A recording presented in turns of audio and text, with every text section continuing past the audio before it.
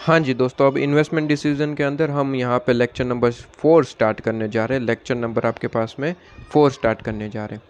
आ जाइए lecture number 4 पे हमारे पास में। अब नेक्स्ट स्टार्ट करते हैं। अभी हमारे पास में ये सारी चीज़ें रिवीजन हो चुकी है हमारी, ठीक है। तो आप आई होप कि आप रिवीजन सारी की सारी चीज़ें करके आएंगे, ठीक है, मतलब कि करके आए होंगे, ठीक है, क्योंकि मैंने लास्ट लेक्चर में आपको बताया था कि आपको ये सारी चीज़ें रिवाइज करके आनी है, तभी इस लेक्चर में थोड़े बहुत आपको फ़ायदे मिलेंगे। और नेक्स्ट लेक्चर में तो कंपलसरी रिवीजन चाहिए ही चाहिएगा। इस लेक्चर में क्या करने वाले, जो रिमेनिंग 3-4 आपके पास में अब छोटी मोटी मेथड्स बाकी है वो हम पढ़ लेंगे, और उसके बाद आपके पास में जो बड़े वाले क्वेश्चन है उससे रिलेटेड इंपॉर्टेंट पॉइंट्स लिखवाने वाला हूँ। तो वो इंपॉर्टेंट पॉइंट्स के लिए आपके पास में ये अभी तक का सारी की सारी चीज़ों का रिवीजन ज़रूरी है, ठीक है। और जब नेक्स्ट लेक्चर में हम ये क्वेश्चन स्टार्ट करेंगे प्रैक्टिस करना, तो वहाँ पे तो और भी ज़्यादा ज़रूरी है ये सारी चीज़ों का रिवीजन, ठीक है। तो यहाँ पे ही आप रिवीजन करके आए होंगे, ये मैं मान के चलता हूँ। आ जाइए जल्दी से। अब जो जो क्वेश्चन हमारे पास में बाकी है वो क्वेश्चन हम इलस्ट्रेशन पार्ट को कंप्लीट कर देते हैं और आपके पास में इस चीज़ को ख़त्म कर देते हैं। इलस्ट्रेशन नंबर आपके पास 9 की बात करें तो 9 क्या था, हमने होमवर्क में दिया था या फिर करवाना है? अच्छा, करवाना है ये। हाँ, ये आपके पास में मेथड अभी लिखवा देते हैं। ये अब मेथड हम पढ़ने जा रहे हैं। आपके पास में मेथड का नाम है MIRR मेथड, ठीक है। एक हमने मेथड पढ़ा IRR मेथड, ठीक है, इंटरनल रेट ऑफ रिटर्न। यहाँ पे IRR के आगे M लग चुका है। M का मतलब होता है मॉडिफाइड। M का मतलब क्या होता है? मॉडिफाइड। आपके पास में ये रहा, यहाँ पे लिखा है। M का मतलब क्या है सर? मॉडिफाइड। ये जो IRR मेथड है आपने पढ़ा, आपने इंटरनल रेट ऑफ रिटर्न, जहाँ पे 2 रेट एज्यूम किया जाता है और फिर उससे के बाद उसी पे NPV निकाला जाता है। एक NPV नेगेटिव, एक NPV पॉजिटिव होना चाहिए, और उसके बाद आप फॉर्मूले में वैल्यू पुट करके एक रेट निकाल लेते जिसे हम IRR रेट कहते थे। ये उसी का ही मॉडिफाइड वर्जन है MIRR। इसलिए यहाँ पे इसे नाम भी वैसा ही दिया गया, मॉडिफाइड आपके पास में इंटरनल रेट ऑफ रिटर्न, ठीक है। लेकिन इसकी कैलकुलेशन IRR के मुकाबले इजी है। इसमें कोई रेट आपको वगैरह एज्यूम करना नहीं है। रेट एक ही आपके पास में यूज़ होगा। NPV में जैसे एक रेट यूज़ होता है और वो भी क्वेश्चन में गिवन होता है, तो वैसा ही MIRR का भी अगर क्वेश्चन पूछा जाए तो इसमें भी एक ही रेट यूज़ करना है आपको, और वो भी क्वेश्चन में ही गिवन होगा। तो IRR से जो मॉडिफाइड करके ये जो आपने एक नया टेक्निक निकाला, modified internal rate of return, वो ज़्यादा ईजी बना दिया है, ठीक है। इसमें बस यहाँ पे ये कहता है कि सर आपके पास में IRR हो गए, NPV हो गया, वो PV फैक्टर को कंसीडर करते हैं, ठीक है। PV फैक्टर निकालते हैं। कैसे निकलता है? तो उसका फॉर्मूला वैसे भी हमको पता है, 1/1 + R⁴n। लेकिन ये ईयर 1 के लिए कैलकुलेशन करना पड़ता है, बाकी तो फिर हम कैलकुलेटर में इक्वल टू प्रेस करके PV फैक्टर निकाल लेते थे, और फिर कैश फ्लो को PV फैक्टर से मल्टीप्लाई करके NPV वगैरह निकाल लेते थे। IRR है तो फिर 2 रेट से NPV निकालते थे और फॉर्मूले में पुट कर देते थे। तो ये सारी चीज़ें होती थी। MIRR री इन्वेस्टमेंट का कंसेप्ट लेके आया। री इन्वेस्टमेंट का कंसेप्ट क्या कहता है? सिंपल सा मतलब है, कहता है कि सर आपको किसी इन्वेस्टमेंट के बारे में इंफॉर्मेशन दी जाएगी, जैसे कि NPV IRR में दी जाती थी कि आउटफ्लो देगा। जैसे कि यहाँ पे देखिए, कहता है एन इन्वेस्टमेंट ऑफ 1,36,000। 1,36,000 का यहाँ पे इन्वेस्टमेंट की बात करी गई है, ठीक है। 1,36,000 के इन्वेस्टमेंट की यहाँ पे बात करी गई है। तो 1,36,000 क्या हो गया सर? खर्चा, आउटफ्लो आपके पास में, ठीक है। एंड आपको फॉलोइंग इनफ्लो आपको गिवन है, कैश इनफ्लो। कैश इनफ्लो की जगह अगर वो नेट कैश फ्लो आपको कहा था, ठीक है, अगर वो आपको कहता कि सर नेट कैश फ्लो, तो भी मतलब वही आता है। नेट कैश फ्लो का मतलब क्या होता है? Inflow minus outflow. अगर वो प्लस में दिख रहा है तो इन शॉर्ट ये क्या कहना चाहता है सर? इनफ्लो आपके पास में, ठीक है। कहता है profit before depreciation but after tax, ठीक है। लेकिन कोई दिक्कत नहीं है, टैक्स वगैरह की कोई इन्फॉर्मेशन होती नहीं है तो हम उसको कंसिडर करते नहीं। यहाँ पे तो आफ्टर टैक्स ही है, बिफोर डेप्रिसिएशन आपके पास में, तो डेप्रिसिएशन चार्ज नहीं हुआ है, लेकिन डेप्रिसिएशन की कोई इन्फॉर्मेशन नहीं होती। तो मैंने आपको वैसे भी कहा था कि सर हमको वो कंसिडर नहीं करना है, जो भी आपको गिवन है डायरेक्टली उसे ले लेना है, ठीक है जी। चलिए, तो कहता है कि सर डिटरमाइन करिए MIRR कंसिडरिंग आपको 8% कॉस्ट ऑफ कैपिटल। 8% आपको जैसे रेट गिवन है, जैसे कि मैंने कहा कि MIRR का जब भी क्वेश्चन पूछा जाएगा उसके लिए रेट गिवन होगा। और सर अब सबसे पहले ये बताइए कि MIRR की कैलकुलेशन करते कैसे? ठीक है। MIRR की कैलकुलेशन करते कैसे, ये रेट जो गिवन है उसका यूज़ कैसे करना है, क्वेश्चन को सॉल्व कैसे करना है, बहुत ज़्यादा आसान होता है।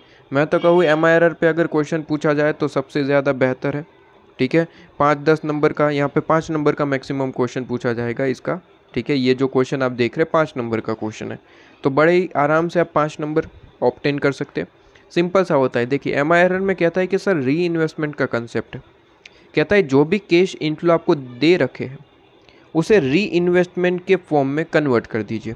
अब री इन्वेस्टमेंट के फॉर्म में कैसे कन्वर्ट करेंगे ये क्वेश्चन आता है। बड़ा ही सिंपल है, बहुत ज़्यादा सिंपल, बहुत ज़्यादा सिंपल आपके पास में।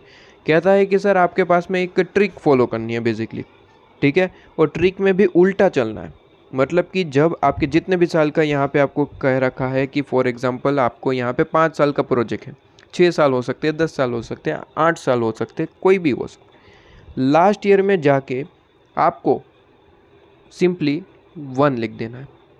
जैसे नेट प्रेजेंट वैल्यू निकालने के लिए हम कैश फ्लो को उसके पी फैक्टर से मल्टीप्लाई करते थे, यहाँ पे हम एक परसेंटेज जो आपको क्वेश्चन में गिवन होता है उसका री इन्वेस्टमेंट फैक्टर से मल्टीप्लाई करेंगे। वहाँ पे पी फैक्टर कहते थे, यहाँ पे हम मल्टीप्लाई करते हैं री इन्वेस्टमेंट फैक्टर से। कैसे? री इन्वेस्टमेंट फैक्टर, री इन्वेस्टमेंट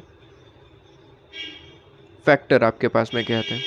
ठीक है, री इन्वेस्टमेंट फैक्टर आपके पास में कहा जाता है। क्या ये चीज़ आपके पास में क्लियर है? तो एनपीवी पूछा जाए तो cash flow multiply P factor करते हैं, और MIRR पूछा जाए तो कैश फ्लो मल्टीप्लाई हम क्या करते हैं सर? री इन्वेस्टमेंट फैक्टर। बाकी ट्रिक में कोई फ़र्क नहीं है आपके पास में, बड़ा ही सिंपल सा रहता है ये चीज़ आपके पास। क्या ये चीज़ आपके पास में क्लियर है? कहते हैं कि री इन्वेस्टमेंट आपको कर देना है इन्वेस्टमेंट, मतलब कि इनकम का इनफ्लो जितना भी है उसे री इन्वेस्टमेंट फैक्टर के साथ मल्टीप्लाई करके जो वैल्यू निकालना है उसे हम कहते हैं कंपाउंडेड वैल्यू बेसिकली। ठीक है, एक बार के लिए मेरे साथ देखिए, फिर वापस से समझाता हूँ। री इन्वेस्टमेंट फैक्टर कैसे निकलेंगे सबसे पहले वो समझते हैं आपके पास में। ठीक है, री इन्वेस्टमेंट फैक्टर कैसे निकलते हैं वो सबसे पहले समझते हैं। कहते हैं कि सर प्रोजेक्ट में देखिए कितने साल में इनकम होने वाली, कहता है 1 से 5 साल। इनफ्लो देखेंगे, आउटफ्लो नहीं। आउटफ्लो को ऐसे ही साइड में रहने दीजिए, सिर्फ और सिर्फ इनफ्लो को देखिए। इनफ्लो आपके पास में फर्स्ट ईयर से स्टार्ट हो रहा है। लास्ट ईयर कौन सा है सर? 5। ठीक है, वो तो डिफरेंट क्वेश्चन के बेस पे हो सकता है। फॉर एग्जांपल 10 साल का प्रोजेक्ट है तो 10वें साल में आपको सामने 1 लिख देना है, री इन्वेस्टमेंट फैक्टर की कॉलम में 1 लिख देना है। एक बार के लिए मैं एक काम करता हूँ, इस क्वेश्चन को खुद से सॉल्व करवाते ताकि ज़्यादा आपके पास में समझ आएगा। ठीक है, आ जाइए, क्वेश्चन बुक ओपन कर लीजिए। क्वेश्चन बुक ओपन करने पे ये हम खुद से सॉल्व करेंगे एक बार के लिए, तो आपको ज़्यादा बेहतर अंडरस्टैंडिंग मेरे ख्याल से प्रोवाइड हो जाएगी। आइए, कहते हैं इलस्ट्रेशन नंबर 9 पे MIRR मेथड है आपके पास में। इलस्ट्रेशन नंबर 9 पे आप आ जाएंगे। ठीक है, इलस्ट्रेशन नंबर 9 आपके पास में। ठीक है, इलस्ट्रेशन नंबर 9 आपके पास में आ जाते हैं। ये रहा इलस्ट्रेशन नंबर 9 और हम इसे सोल्व कर देते हैं। कहते हैं कि सर MIRR से आपको सोल्व करना है पूरे का पूरा क्वेश्चन। तो सबसे पहले आप करेंगे ईयर लिख देंगे, जो भी कि ये दोनों कॉपी पेस्ट करना है ऑलवेज। ठीक है, ये दोनों ऑलवेज आपके पास में कॉपी पेस्ट करेंगे, ईयर और कैश फ्लो, जैसे कि NPV में भी कॉपी पेस्ट ही करते थे। ठीक है सर, कहते हैं ईयर आपके पास में और कैश फ्लो। ठीक है, कैश फ्लो सिर्फ और सिर्फ लिखा है, मतलब कि सर इनफ्लो और आउटफ्लो दोनों हो सकते हैं। माइनस में दिख रहा है मतलब कि आउटफ्लो, और प्लस में दिख रहा है तो इनफ्लो। ये ऑलरेडी हम पढ़ चुके हैं, तो ये हर बार तो आपको रिपीट करने की ज़रूरत नहीं है। कहता है ईयर 0 से स्टार्ट होता है। सर ईयर 0 में आपके पास में खर्चा होता है, फिर 1, 2, 3, 4 और कितने साल तक है? 5 साल। तो 5 साल आपने लिख दिए यहाँ पे। क्लियर है? ईयर 0 में कहता है कि सर खर्चा है 1,36,000 का, तो खर्चा है तो माइनस में दिखा देंगे। इसका मतलब होगा सर ये आपके पास में कैश फ्लो कौन सा है सर? आउटफ्लो वाला। और अब प्लस में लिखेंगे तो वो क्या होगा सर? इनफ्लो वाला। कहता है 30, 40, 60, 30, 20। ओके, कहता है 30,000, 40,000, 60,000, 30,000 एंड 20,000। ये आपने लिख दिया। ठीक है, अब MIRR मेथड की बात करें जब हम, तो MIRR मेथड ये कहता है कि सबसे पहले एक काम करिए, इनफ्लो को सिर्फ और सिर्फ, आउटफ्लो को एक बार के लिए छोड़ दीजिए, ठीक है, आउटफ्लो को एक बार के लिए छोड़ दीजिए, अभी आउटफ्लो को देखना नहीं है।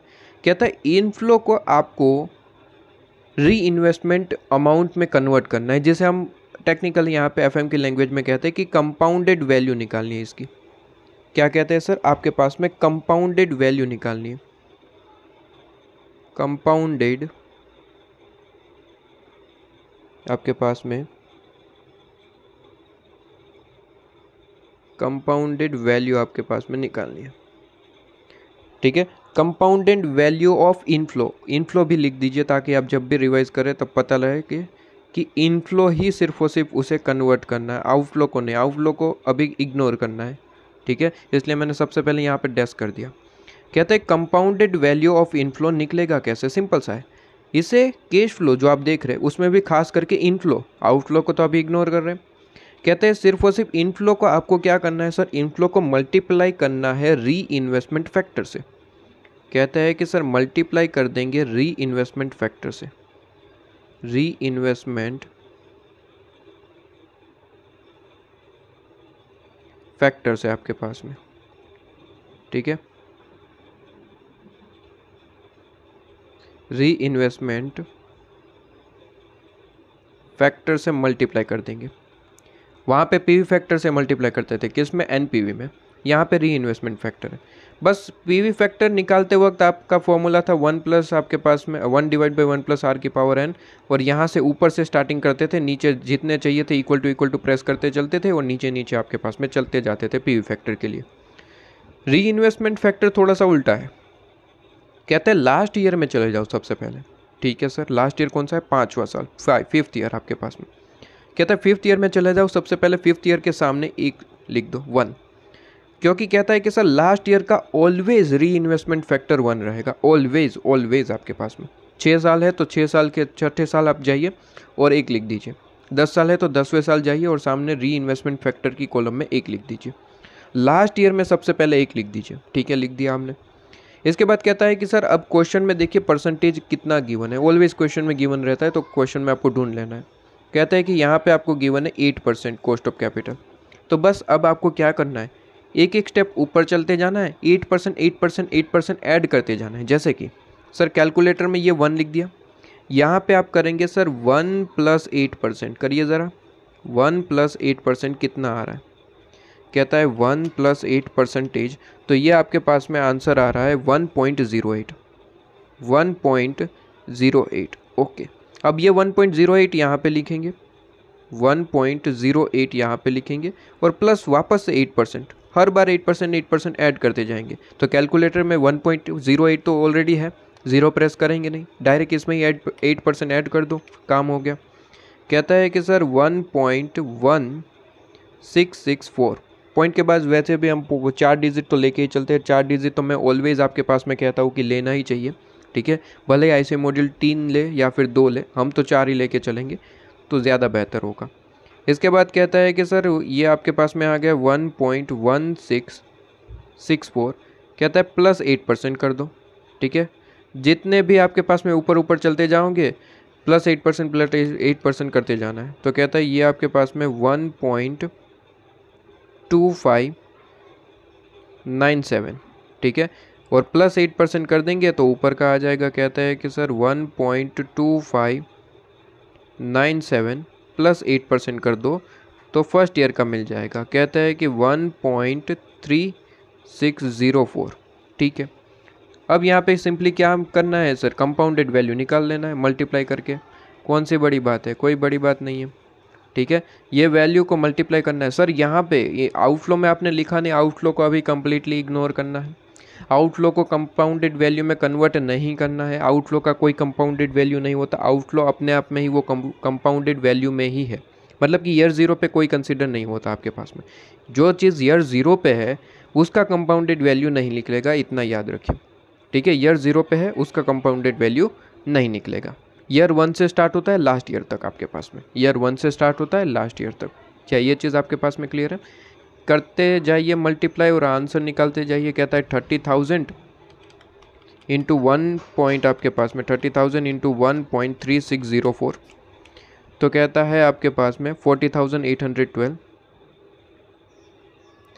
40,812 आपके पास में। इसके बाद 1.2597 इंटू 40,000, तो कहते हैं कि 50,388। इसके बाद 60,000 इंटू 1.1664 इज इक्वल टू 69,984 आपके पास में।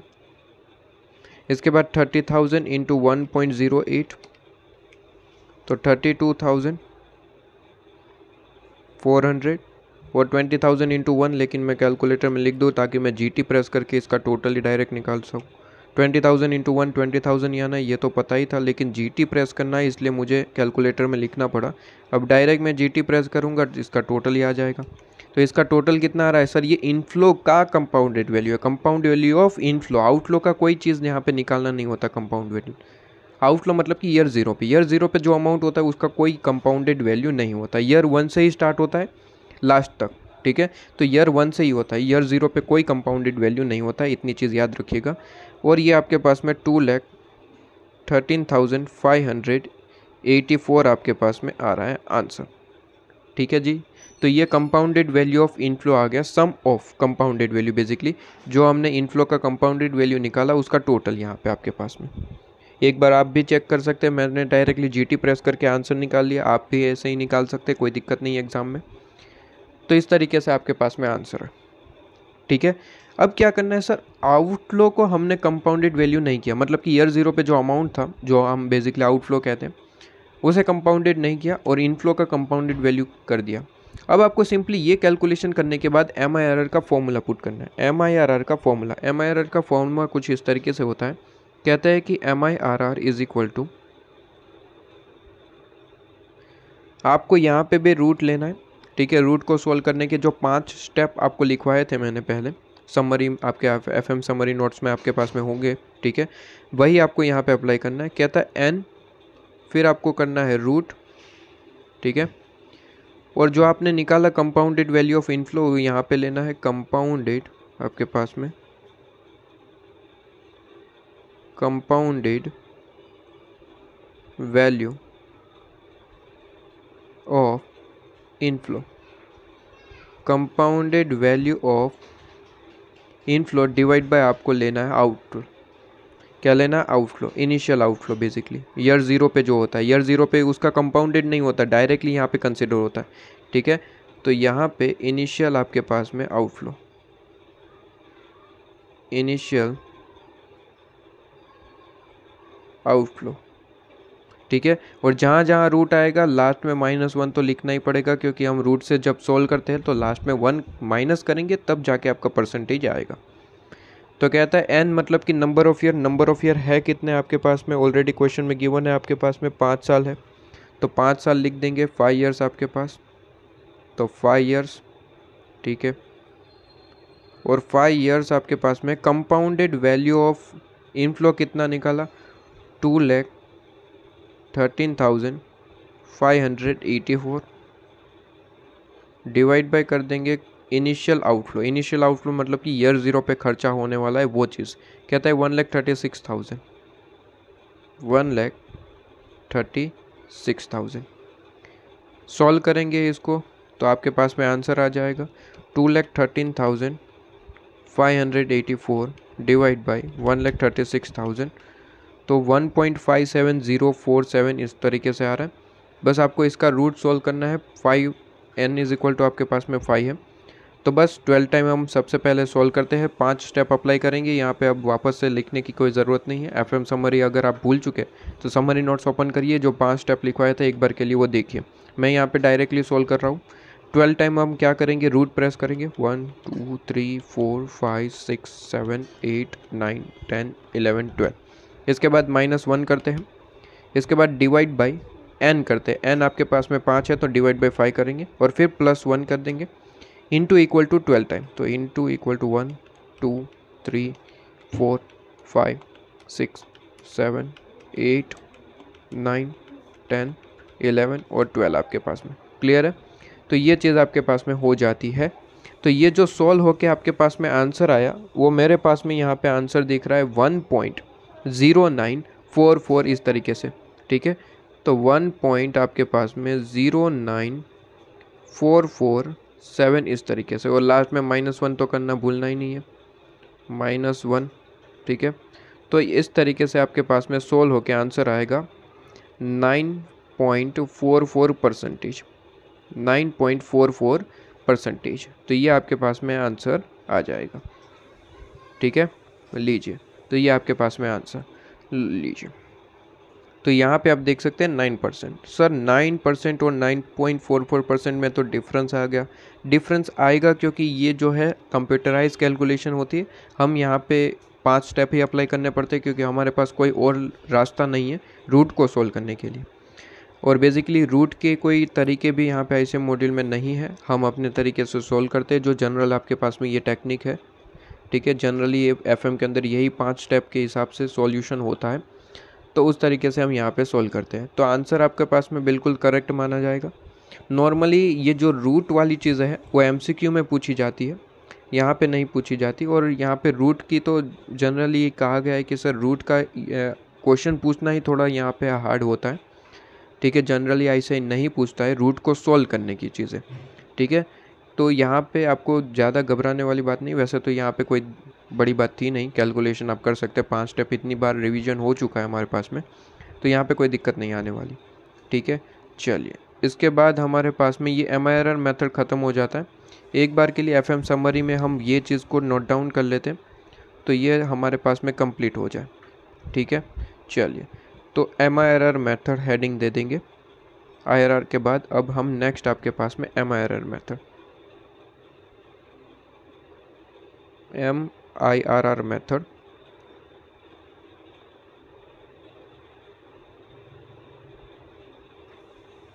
ठीक है, ब्रैकेट में लिख भी देंगे कि इसका फुल फॉर्म क्या है। कहता है modified internal rate of return. Modified internal rate of return लिख देंगे आपके पास। कहता है modified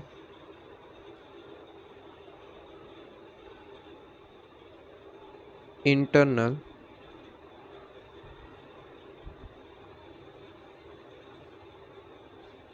rate of return, modified internal rate of return आपके पास।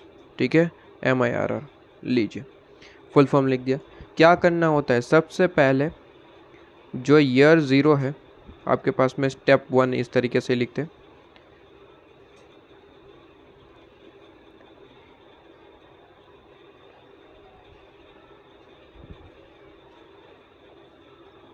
बड़ा ही सिंपल सा कैलकुलेशन है इसका, ज़्यादा कॉम्प्लिकेटेड है नहीं। कहता है स्टेप नंबर 1,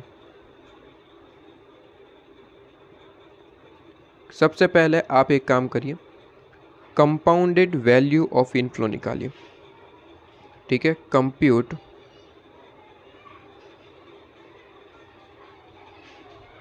कंपाउंडेड या फिर कंपाउंड वैल्यू आप लिख सकते हैं, कंपाउंड वैल्यू ऑफ इनफ्लो।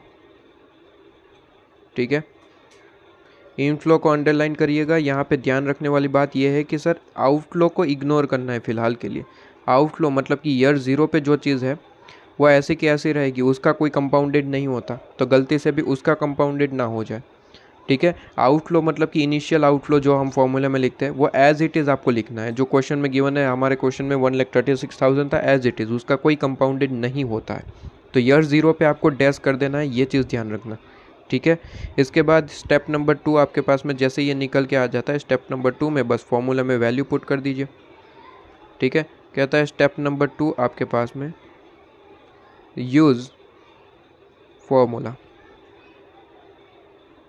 ठीक है, यूज़ फॉर्मूला। फॉर्मूला क्या है सर, कहता है MIRR is equal to N और फिर रूट आपके पास में, और रूट में क्या लिखना है, compounded value of inflow, compound value of inflow divide by initial outflow. Initial का मतलब ईयर 0 पे, तो इनिशियल आउटफ्लो, ठीक है। और लास्ट में आपके पास में -1, जैसे ही रूट सॉल्व कर देते हैं -1 कर देना है, काम खत्म। तो 2 स्टेप में आपके पास में काम खत्म हो जाएगा, ठीक है। तो ये 2 स्टेप आपके पास में हो जाते हैं।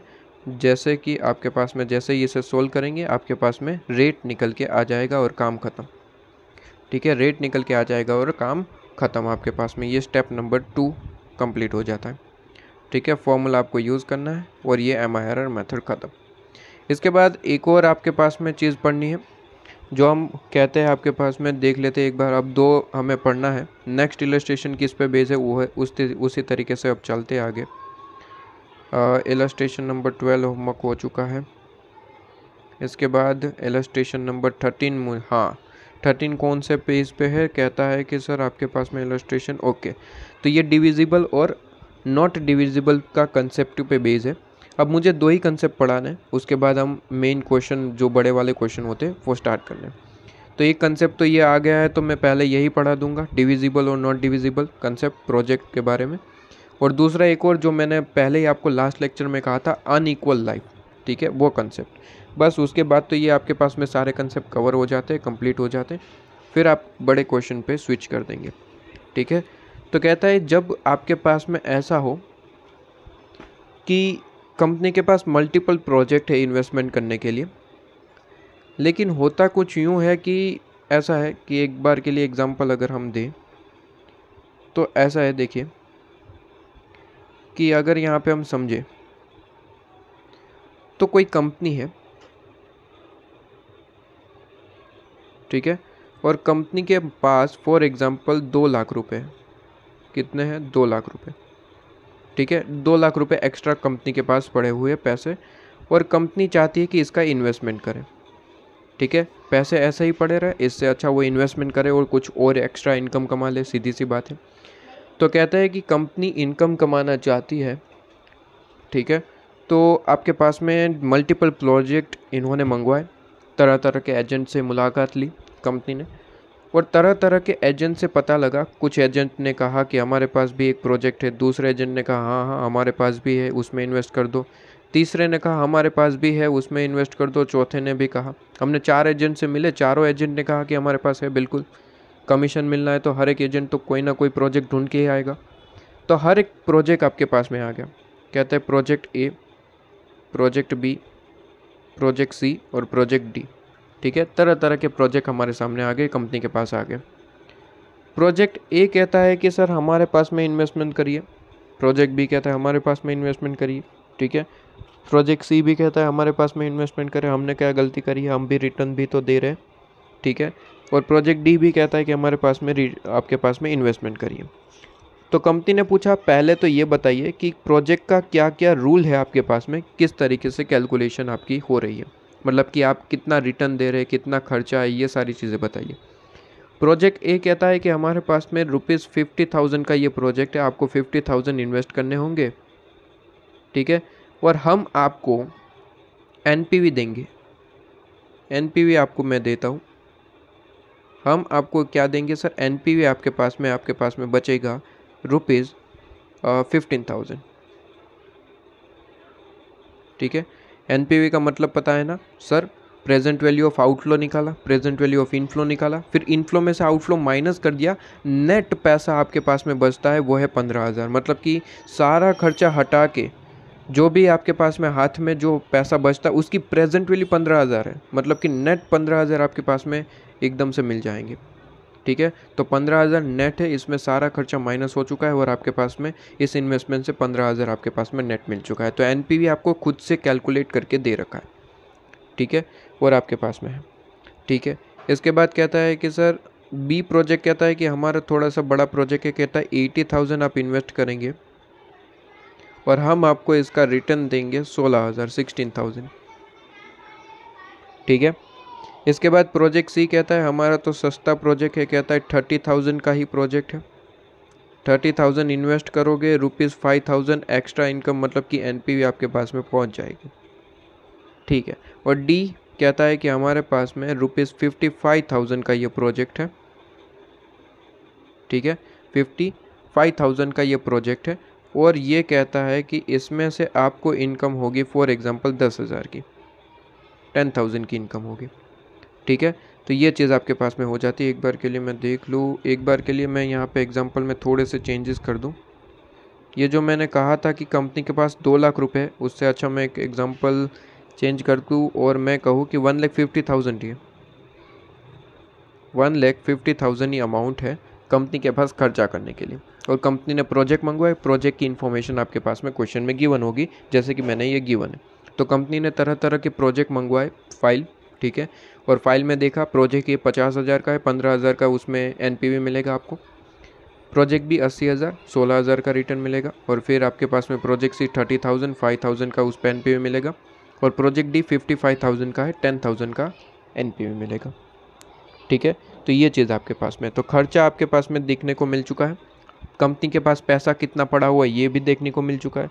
अब सिंपली क्या करना है, अब सिंपली आपको कुछ नहीं करना है, यहाँ पे देखना है कि सर जो एनपीवी है उसका परसेंटेज क्या है, बस वो निकाल लेना है। ठीक है, आप यहाँ पे 1,50,000 इन्वेस्ट करना चाहते हैं और कहते हैं कि सर अगर 2 तरीके हो सकते हैं, ये प्रोजेक्ट जो है फॉर एग्जांपल केस नंबर 1 लेता हूँ मैं, 2 केस हो सकते हैं। केस नंबर 1 या तो हो सकता है कि सर ये प्रोजेक्ट को हमने कंफर्म किया और हमने पता लगाया कि ये प्रोजेक्ट में थोड़ा बहुत भी इन्वेस्टमेंट करना चाहते हो तो कर सकते हो। मतलब कि ये 50,000 का प्रोजेक्ट है, हम चाहे तो इसमें 10,000 भी इन्वेस्ट कर सकते हैं, 5,000 इन्वेस्ट कर सकते हैं या फिर पूरे 50 भी इन्वेस्ट कर सकते हैं। मतलब कि इसे कहा जाता है यहाँ पे एफएम की लैंग्वेज में कि प्रोजेक्ट डिविजिबल है। ठीक है, प्रोजेक्ट्स आर डिविजिबल। ठीक है, अगर प्रोजेक्ट डिविजिबल है, डिविजिबल का मतलब होता है जितना चाहे इन्वेस्टमेंट कर सकते हैं, ज़रूरी नहीं कि पूरा 50,000 आपको ही इन्वेस्ट करना है। 50,000 का तो प्रोजेक्ट है, आप चाहे तो 5,000 इन्वेस्ट करिए, आप चाहे तो 10,000 इन्वेस्ट करिए, आप चाहे तो पूरे 50,000 इन्वेस्ट करिए। ठीक है, 50 से ज़्यादा तो इन्वेस्ट कर नहीं पाएंगे क्योंकि पूरा प्रोजेक्ट 50,000 का ही, तो उससे ज़्यादा तो होगा नहीं, उससे कम जितना चाहे कर सकते हैं। और एक टर्म होता है case number 2, project are not divisible. Not divisible का मतलब होता है पूरा 50 लेना है तो लीजिए, वरना रहने दीजिए, 50 से कम नहीं होगा। मतलब कि आप चाहते हैं कि 5,000 का इन्वेस्टमेंट करूँ, 10 का करूँ, 45,000 का करूँ, नो, पूरे 50 का करना पड़ेगा, तभी आपके पास में ये प्रोजेक्ट अप्लाई हो सकता है या फिर ये प्रोजेक्ट आपको नहीं मिलेगा। ठीक है, तो उसमें प्राइस फिक्स है। आप बेसिकली देखिए, इन्वेस्टमेंट अमाउंट फिक्स है, इसे हम कहते हैं नॉट डिविजिबल। सबसे पहले मैं आपको ट्रीटमेंट समझाता हूँ, प्रोजेक्ट आर डिविजिबल है तो कैसे कैलकुलेशन होता है। प्रोजेक्ट डिविजिबल है तो कोई दिक्कत नहीं आती, कहते हैं कि आप एक काम करिए, एनपीवी का जो उसके अमाउंट पे जितना भी परसेंटेज है वो निकालिए। कहते हैं एनपीवी का परसेंटेज निकालिए, एनपीवी परसेंटेज ऑन अमाउंट या फिर ऑन आपके पास में ये जो आपके पास में खर्चा है। ठीक है, ऑन अमाउंट ही रखिए या फिर आउटफ्लो भी लिख सकते हैं, लेकिन कोई दिक्कत नहीं, ऑन अमाउंट ही रखिए आपके पास। ठीक है, NPV percentage on amount. Percentage कैसे निकलता है, मतलब कि NPV divide by amount, NPV divide by amount, मतलब कि एक तरीके से परसेंटेज निकाल लीजिए कि आपको पता चले कि एग्जैक्टली है क्या। कहता है 15,000 डिवाइड बाई 50, 15,000 डिवाइड बाई 50,000, तो कहता है 0.3 आपके पास में आ रहा है। ठीक है, 0.3 कह सकते हैं या फिर आपके पास में क्या सकते हैं और 30%। लेकिन अगर पॉइंट में लिखे, मतलब कि एनपीवी आप परसेंटेज में लिखिए या फिर एनपीवी पर रुपी लिखिए। ठीक है, पर रुपी, दोनों तरीके से लिख सकते हैं। ठीक है, रिकमेंड कौन सा है सर, पर रुपी आप लिखे तो बेहतर रहता है। पर रुपी, पर रुपी का मतलब होता है कि सर 1 रुपये के सामने कितना एनपीवी है। कहता है 50,000 के सामने 15,000 मिल रहा है, तो 1 रुपये के सामने कितना मिलेगा। तो कहता है 1 रुपये के सामने कितना मिलेगा, ये कैलकुलेशन वापस से समझाता हूँ। कहता है 50,000 का इन्वेस्टमेंट करेंगे तो एनपीवी आपको कितना मिल रहा है, 15,000 का। पर रुपी हमें निकालना है, सबको 1 रुपये के सामने कितना एनपीवी है निकाल लो, ताकि हम कंपैरिजन कर पाए।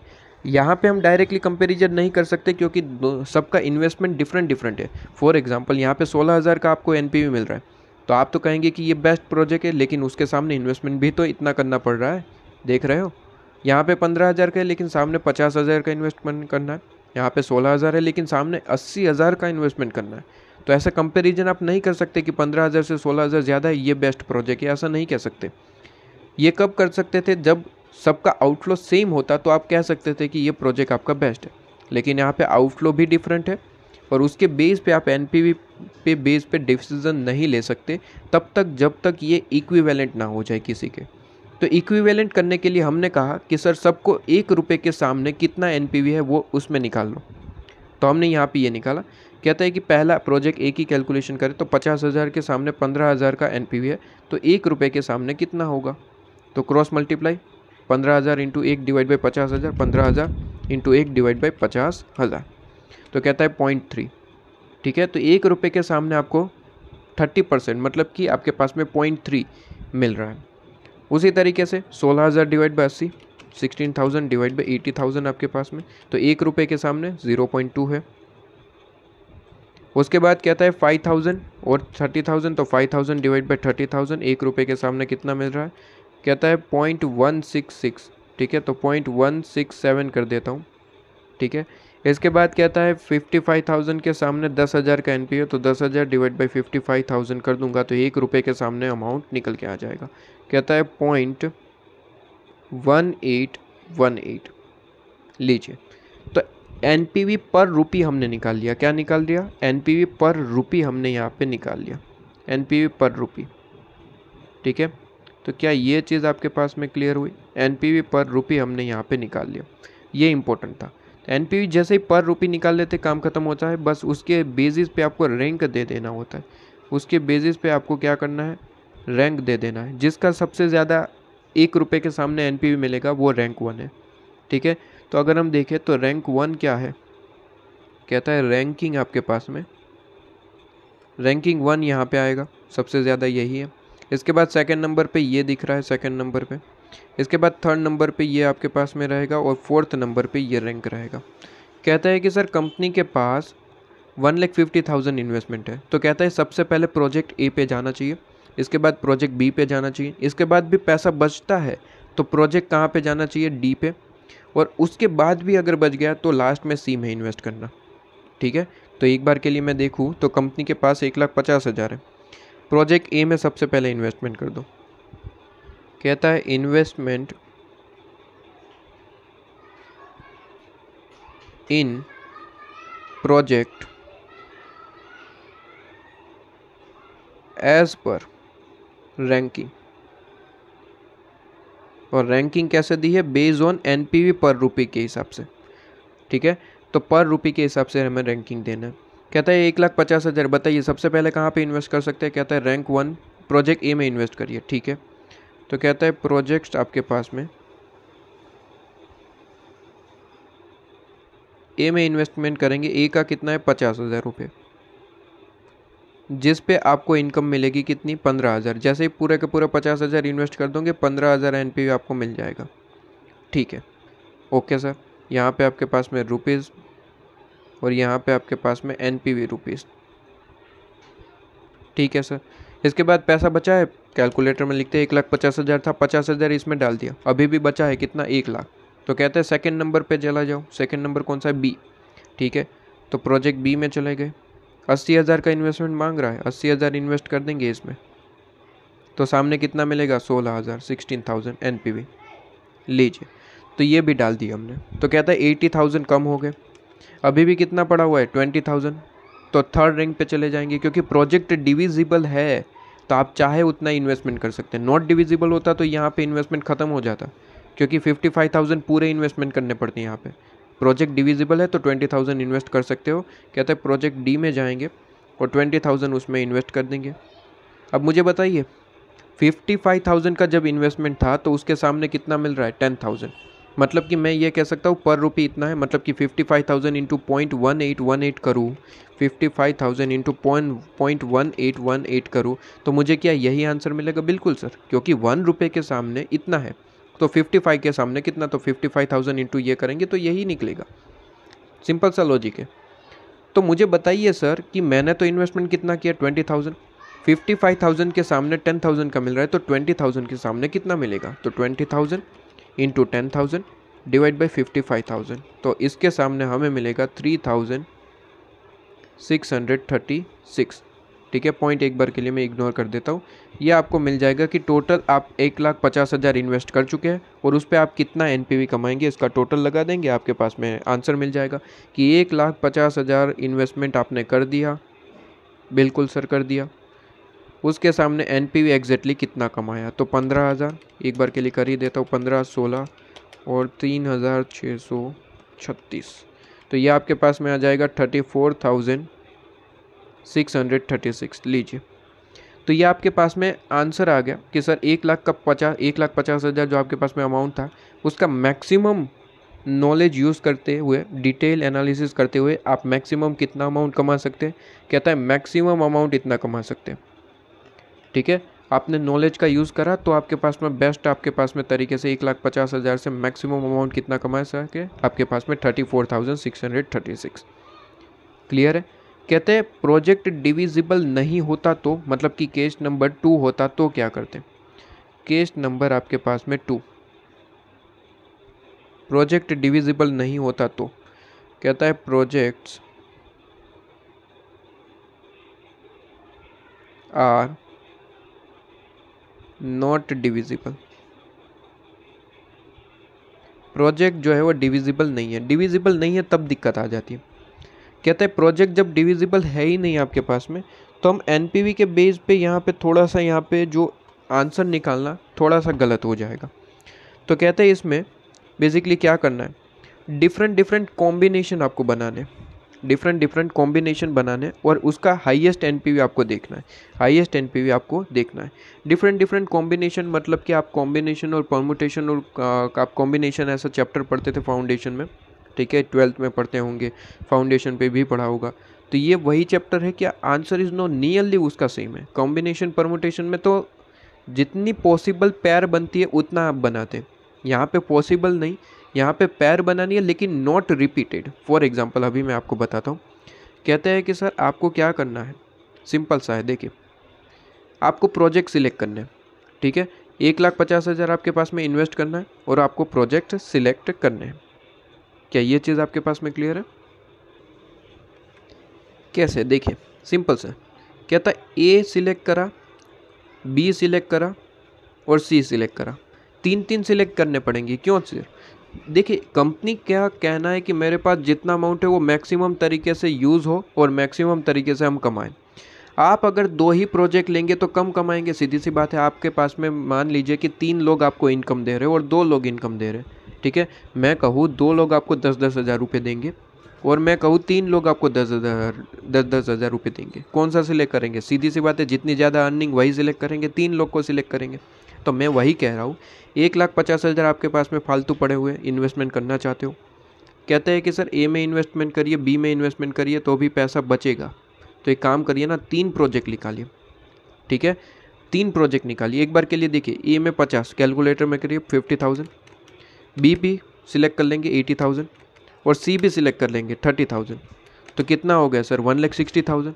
तो कहते हैं कि सर 3 प्रोजेक्ट अगर सिलेक्ट करेंगे तो 1,60,000 की ज़रूरत है, 1,60,000 की। तो क्या ये सिलेक्ट कर सकते हैं? Answer is no. यहाँ पे जब प्रोजेक्ट डिविजिबल नहीं होता तो कहते हैं कि उतना ही अमाउंट कंपलसरी आपको इन्वेस्ट करना पड़ेगा जितना अमाउंट है आपके पास में। तो कहते हैं 1,50,000 आपके पास में है, 1,60,000 तो है नहीं, ये 3 प्रोजेक्ट मिला के 1,60,000 हो रहा है। तो कहते हैं कि सर सबसे पहले तो हम यहाँ पे सिलेक्ट करना चाहते थे, ए बी सी। ठीक है, लेकिन इसका टोटल जो है वो 1,60,000 हो गया। ठीक है, तो इसमें इन्वेस्टमेंट नहीं कर पाएंगे क्योंकि हमारे पास में 1,50,000 ही है। ठीक है, इसके बाद नेक्स्ट आपके पास में नेक्स्ट कौन सा बनेगा? तो कहता है ए बी और डी सिलेक्ट कर लीजिए एक बार के लिए।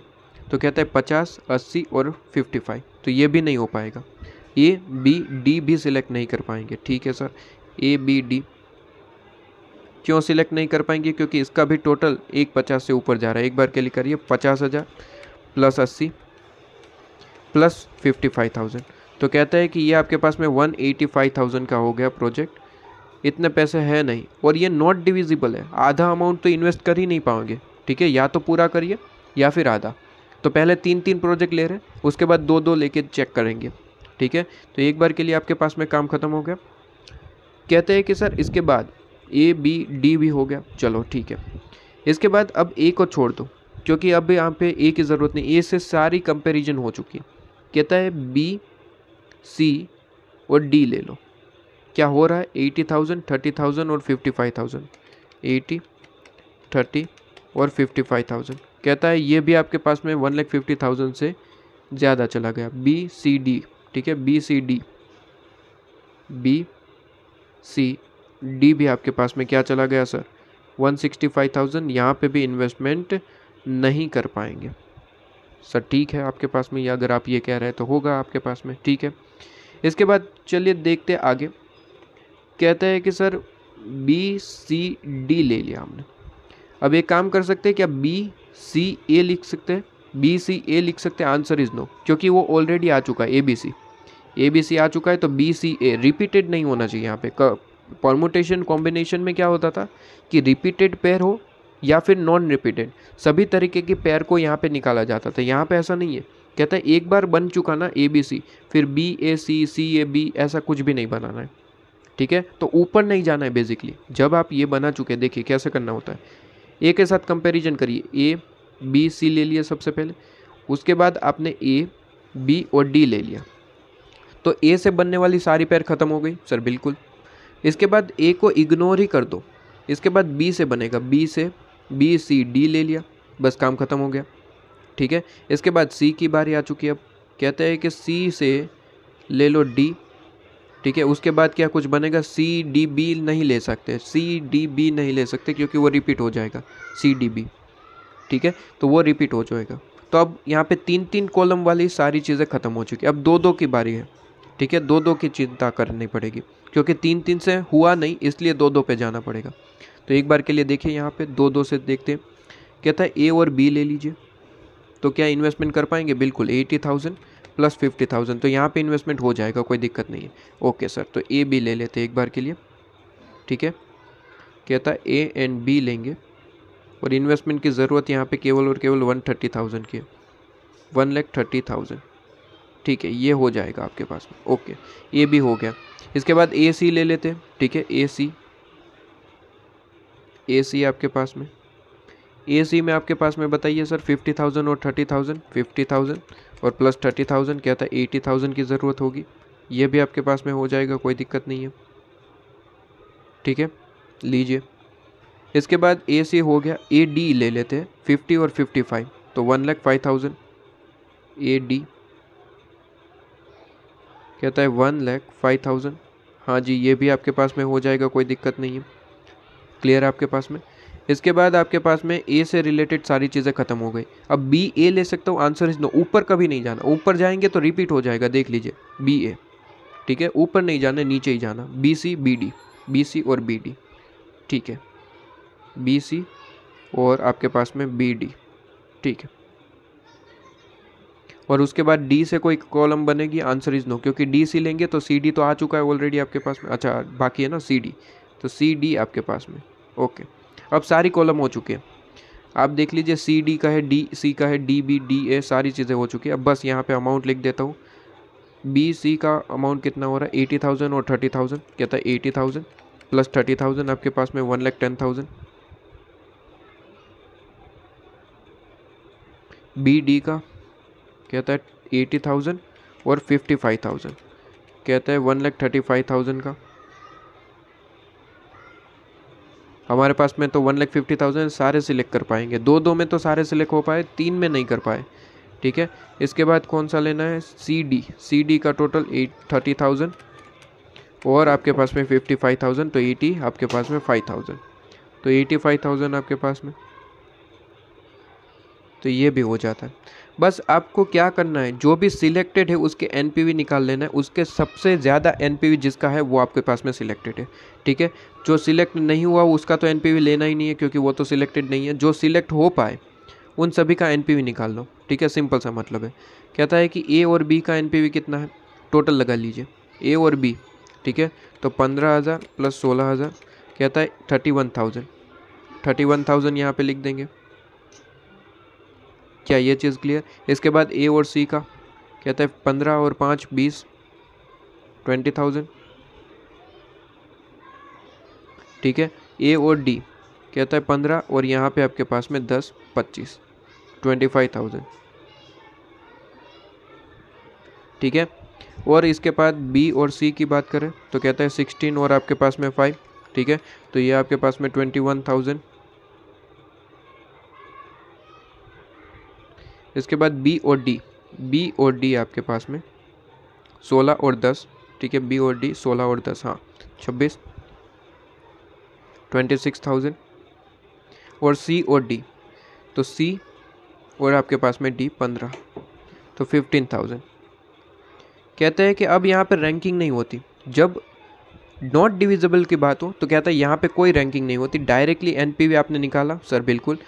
कुछ पैसे आपके पास में बच जाएंगे, कई बार आपके पास में पैसे बच जाते हैं क्योंकि ये नॉट डिविजिबल है, तो आधा अमाउंट कहीं पे इन्वेस्ट नहीं कर पाएंगे, तो वो जो कंपनी के पास पैसे बच गए वो ऐसे ही रहने दो, फिर उसका कुछ कर नहीं पाएंगे आपके पास में, बस इतना ही इन्वेस्टमेंट कर सकते थे। तो आपके पास में क्या करेंगे, सबसे ज़्यादा हाईएस्ट एनपीवी किसको है वो सिलेक्ट कर लेंगे, ठीक है। तो कहते हैं कि हाईएस्ट एनपीवी तो मुझे यही दिख रहा है 31,000, तो बस 31,000 को सिलेक्ट कर लेंगे। तो ये आपके पास में प्रोजेक्ट में इन्वेस्ट करेंगे, कंपनी को कहेंगे ए एंड बी में आप जो है क्या करिए सर, इन्वेस्टमेंट कर दीजिए, ये आपके पास में बेस्ट रहेगा। ए और बी में इन्वेस्टमेंट कर दीजिए जहाँ पे आपका इन्वेस्टमेंट का कॉस्ट लगेगा 1,30,000, ठीक है। आपके पास कितने हैं सर, 1,50,000, तो 20,000 बच जाएगा, फिर आप वो देख लीजिए कहाँ पे इन्वेस्ट करना है, ठीक है। क्योंकि नॉट डिविजिबल तो एक भी प्रोजेक्ट नहीं है, क्योंकि क्लियरली क्वेश्चन में बोल रखा होगा कि डिविजिबल है या फिर नॉट डिविजिबल, ठीक है। डिविजिबल होता तो डायरेक्ट रैंकिंग के बेसिस पे आंसर दे देते, नॉट डिविजिबल है तो आपको कॉम्बिनेशन बनाने पड़ेंगे तरह तरह के, ठीक है। ये चीज़ आपके पास में होती है। तो एक बार के लिए मैं क्या करता हूँ, ये चीज़ मैंने एग्जाम्पल समझा है, इसको नोट डाउन करने की ज़रूरत नहीं है। क्वेश्चन है आपके पास में ऐसे मॉड्यूल में, वो क्वेश्चन करवाता हूँ, लेकिन उससे पहले इसकी एक शॉर्ट समरी नोट्स आपके पास में लिखवा देता हूँ, उसके बाद हम क्वेश्चन पे जाएंगे, ठीक है। आइए FM समरी नोट में आप आ जाइए, और FM समरी नोट्स में आपके पास में हेडिंग देंगे यहाँ पे आपके पास divisible project and not divisible project, ठीक है, जिसे हम कैपिटल रेशनिंग भी कहते हैं। साथ ही साथ नाम लिखवा देता हूँ सर, बेसिकली FM की लैंग्वेज में, ठीक है। कैपिटल रेशनिंग, दिमाग लगाने वाली बातें, ठीक है। लीजिए, कैपिटल रेशनिंग में पॉइंट होता है कि सर प्रोजेक्ट्स डिफरेंट होते हैं आपके पास में, क्वेश्चन में दिए जाएंगे प्रोजेक्ट्स, और क्वेश्चन में ही आपको दिए जाएंगे कि प्रोजेक्ट डिविजिबल है या फिर नॉट डिविजिबल, ठीक है। कहता है कि प्रोजेक्ट हो सकता है सर डिविजिबल हो, प्रोजेक्ट आपके पास में हो सकता है कि सर क्या हो, डिविजिबल हो, ठीक है। प्रोजेक्ट आपके पास में डिविजिबल, और हो सकता है कि प्रोजेक्ट आपके पास में नॉट डिविजिबल हो, ठीक है, नॉट डिविजिबल आपके पास। तो प्रोजेक्ट डिविजिबल भी हो सकते हैं, नॉट डिविजिबल भी, क्वेश्चन बताएगा, आपको नहीं ये कोई फाइंड आउट करना, क्वेश्चन ऑलवेज आपके पास में बताएगा, ठीक है। तो डिविजिबल भी हो सकता है, नॉट डिविजिबल। अगर डिविजिबल है तो ज़्यादा झंझट नहीं है, आसानी तरीके से आपके पास में सोल्व हो जाएगा, ये बहुत ज़्यादा आसान तरीके से ये सोल्व हो जाएगा आपके पास में अगर डिविजिबल है तो, क्योंकि वहाँ पे आपके पास में जितना अमाउंट बच गया वो नेक्स्ट आपके इन्वेस्टमेंट कर सकते हैं, तो वहाँ पे तो कोई दिक्कत ही नहीं, ज़्यादा सोचना नहीं पड़ता, ठीक है। जिसका एनपीवी सबसे ज़्यादा है बस उसके हिसाब से काम कर देंगे। तो कहता है आप क्या करेंगे, बेसिकली एनपीवी ऑफ जो इनफ्लो है उसे डिवाइड बाय करके उसे कर देंगे डिवाइड बाय इनिशियल आउटफ्लो, ठीक है। इस तरीके से रैंक निकालेंगे। बेसिकली मैं कहूँ एनपीवी रुपीज़ पर और पर रुपीज़ आपके पास में निकालेंगे, एनपीवी पर रुपीज़ आपके पास में निकालेंगे। ठीक है। अच्छा, ऐसा कोई फॉर्मूला आपने पढ़ा है, NPV of inflow divide by initial. Initial को एनपीवी कह सकते हैं आपके पास में, बेसिकली आप कह सकते हैं कि सर इनिशियल का मतलब प्रेजेंट वैल्यू आप कह सकते हैं। क्या ये चीज़ आपके पास में? तो कहता है एनपीवी ऑफ इनफ्लो, ठीक है, और डिवाइड बाय इनिशियल आउटफ्लो। ठीक है। ऐसा सेम थोड़ा सा फॉर्मूला आपने पढ़ा होगा कहीं पे, कहाँ पे पढ़ा होगा? कहता है कि sir present value of inflow divide by present value of outflow, आप पीआई निकालते थे, प्रॉफिटेबिलिटी इंडेक्स। वैसा ही कुछ है आपके पास में, कोई दिक्कत नहीं है।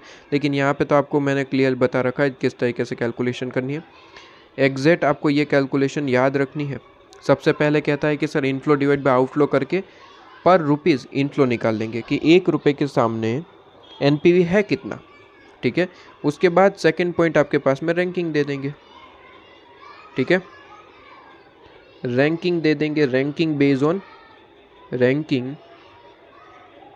Based on NPV. लेकिन एनपीवी कौन सा सर? पर रुपी वाला, जो हमने स्टेप 1 में निकाला, एनपीवी पर रुपीज़। ठीक है, एनपीवी पर रुपी 1। 1 रुपये के जो हमने सामने एनपीवी निकाला, ठीक है, 1 रुपये के इन्वेस्टमेंट के सामने कितना एनपीवी मिल रहा है, उसके बेसिस पे रैंकिंग दे देंगे। और थर्ड स्टेप आपके पास में बस इन्वेस्टमेंट कर देंगे। ठीक है, इन्वेस्टमेंट बेस्ड ऑन रैंकिंग, काम खत्म। बेस्ड ऑन रैंकिंग आपके पास में। लीजिए, किसी को कोई डाउट हो सकता है? नहीं जी। नॉट डिविजिबल है तो यहाँ पे ध्यान रखना, यहाँ पे आपके पास में नॉट डिविजिबल है, इसलिए यहाँ पे कोई ये रुपीज़ पर रुपीज़ के सामने एनपीवी कितना है, इसका कोई लॉजिक नहीं बनता निकालने का। क्योंकि सीधी सी बात है, देखिए यहाँ पे अमाउंट पे फोकस किया जाता है, खर्चे पे, आउटफ्लो के। क्योंकि यहाँ पे ऐसा है कि सर नॉट डिविजिबल है तो सीधी सी बात है, आप पूरा अमाउंट खर्चा करिए या फिर मत करिए, ऐसा रूल है। डिविजिबल में तो कोई दिक्कत नहीं थी, जितना बच गया वो नेक्स्ट डे आपके पास में प्रोजेक्ट में कट डाल देते थे। 20,000 बच गया, प्रोजेक्ट 50,000 का है, 20,000 इन्वेस्ट कर सकते हो, कोई दिक्कत नहीं। नॉट डिविजिबल में दिक्कत आती। तो नॉट डिविजिबल में ये स्टेप 1 का यहाँ पे जो हम डिविजिबल में करते थे उसका कोई लॉजिक नहीं बनता, क्योंकि यहाँ पे रैंकिंग देने से कोई फ़ायदा नहीं। हमें तो यहाँ पे ये देखना पड़ेगा कि बेसिकली अमाउंट पे फोकस करना पड़ेगा, बेसिकली कि कितना अमाउंट खर्चा कर रहे हैं, उसके सामने क्या वो प्रोजेक्ट भी उतना अमाउंट का है वो देखना पड़ेगा। क्या ये चीज़ आपके पास में क्लियर है? तो वो प्रोजेक्ट भी क्या वो अमाउंट का है वो देखना पड़ेगा। इसलिए यहाँ पे कहता है कि थोड़ी सी कैलकुलेशन डिफरेंट होगी। कहता है डिफरेंट कॉम्बिनेशन आप बनाइए। यहाँ पे आप कहते हैं कि डिफरेंट आपके पास में कॉम्बिनेशन बनाइए, डिफरेंट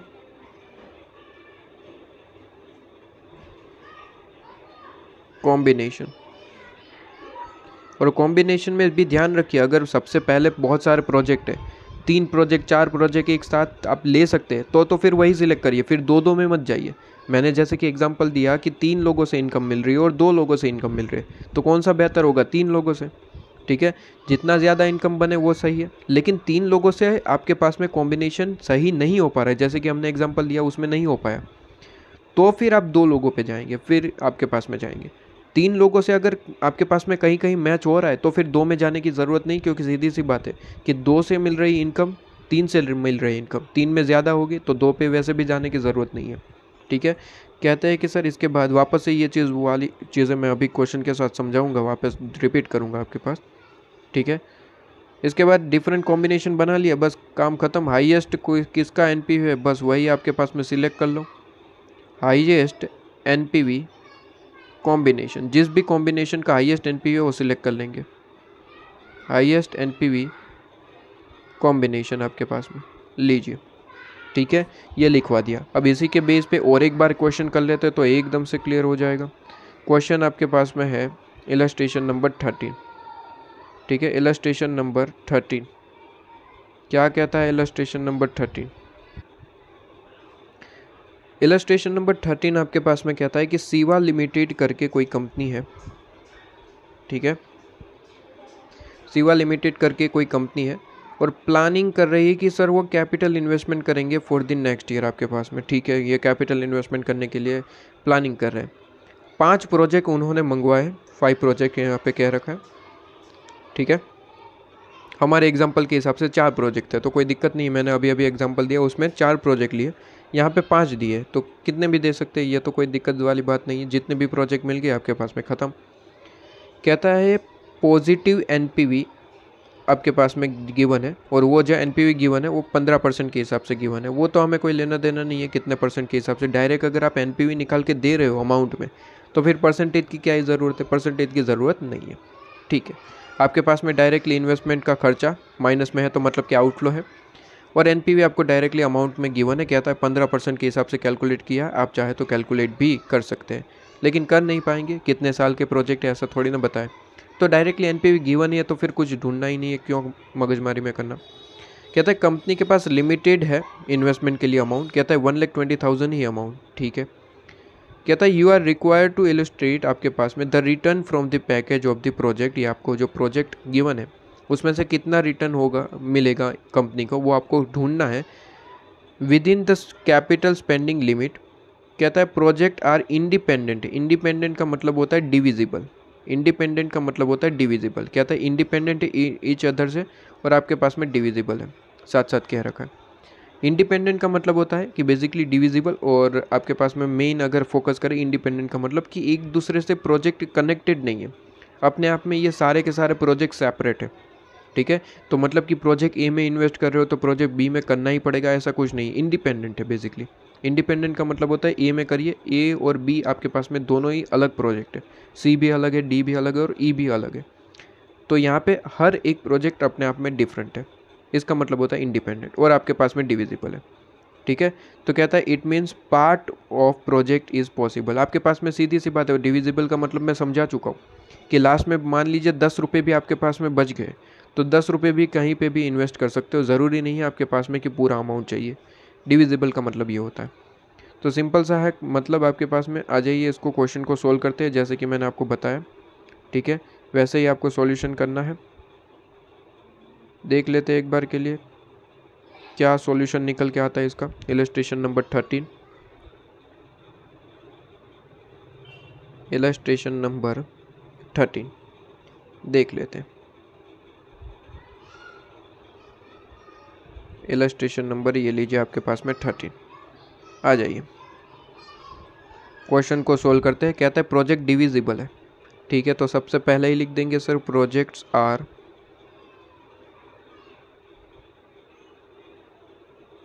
डिविजिबल,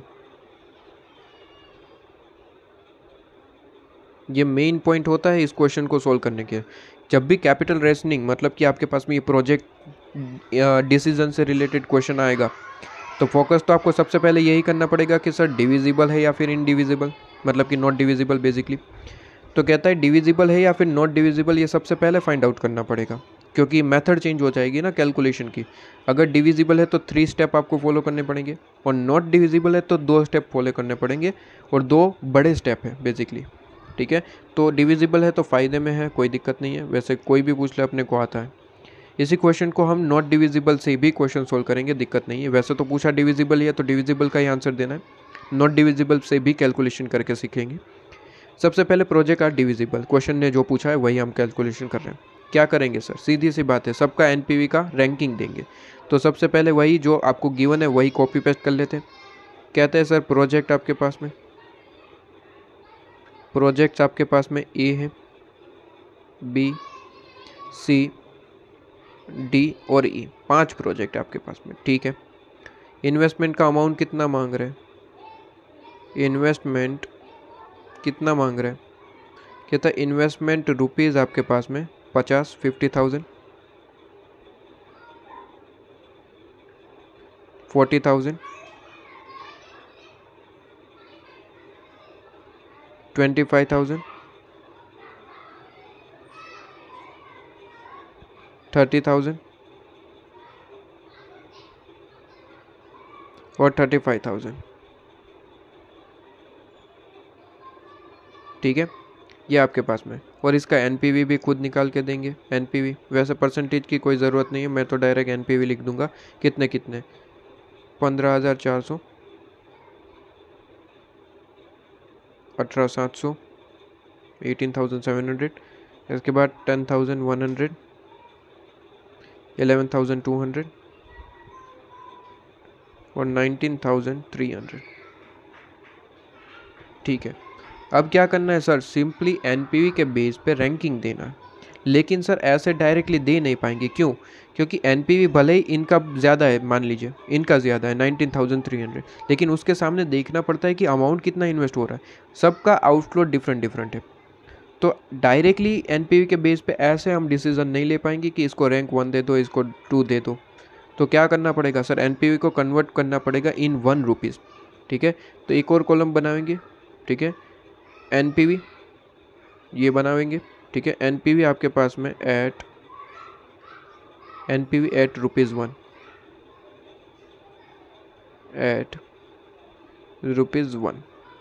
ठीक है, तो एनपीवी एट ₹1 आपके पास में कहता है कि सर एनपीवी कितना है, 15,400 किस पे, 50,000 पे, 15,400 डिवाइड बाई 50, 15,400 डिवाइड बाई 50,000। तो कहता है 0 पॉइंट आपके पास में, ये इन रुपीज़ है, ध्यान रखिएगा, 1 रुपये के सामने कितनी अर्निंग हो रही है, तो कहता है 0.308। ठीक है, इसके बाद 18,700 डिवाइड बाई 40,000, तो कहता है 0.4675। इसके बाद 10,100 है डिवाइड बाई 25,000, तो 1 रुपये के सामने यहाँ पे 0.404। यहाँ पे 11,200 डिवाइड बाई 30,000, तो कहता है 0.3733। और इसके बाद 19,300 डिवाइड बाई 35,000, तो कहता है 0.5514। ठीक है, ये सबसे पहले हमने क्या करा सर, एनपीवी इन रुपीज़ सबसे पहले लिख दिया। अब इसके बेस पे हम रैंकिंग दे देंगे, जैसे कि हमारा स्टेप नंबर 2 रहा, रैंकिंग दे दो। ठीक है, ranking based on NPV at ₹1। तो कहता है सबसे ज़्यादा रैंकिंग तो मुझे यहाँ पे दिख रही है, सबसे पहले तो यहाँ पे 1। इसके बाद अगर देखूँ तो ये आपके पास में सेकंड नंबर पे दिख रहा है, हाँ, तो ये आपके पास में 2। इसके बाद ये आपके पास में 3rd हो जाएगा, और अब 2 बचे, यहाँ पे 4th है, और ये आपके पास में 5th नंबर की रैंकिंग। अब क्या करेंगे सर, इन्वेस्टमेंट रैंकिंग के बेस पे कर देंगे। इन्वेस्टमेंट के लिए पैसा कितना है, कहता है कि सर आपके पास में कैपिटल स्पेंडिंग अमाउंट रुपीज़ लिखेंगे सर, अवेलेबल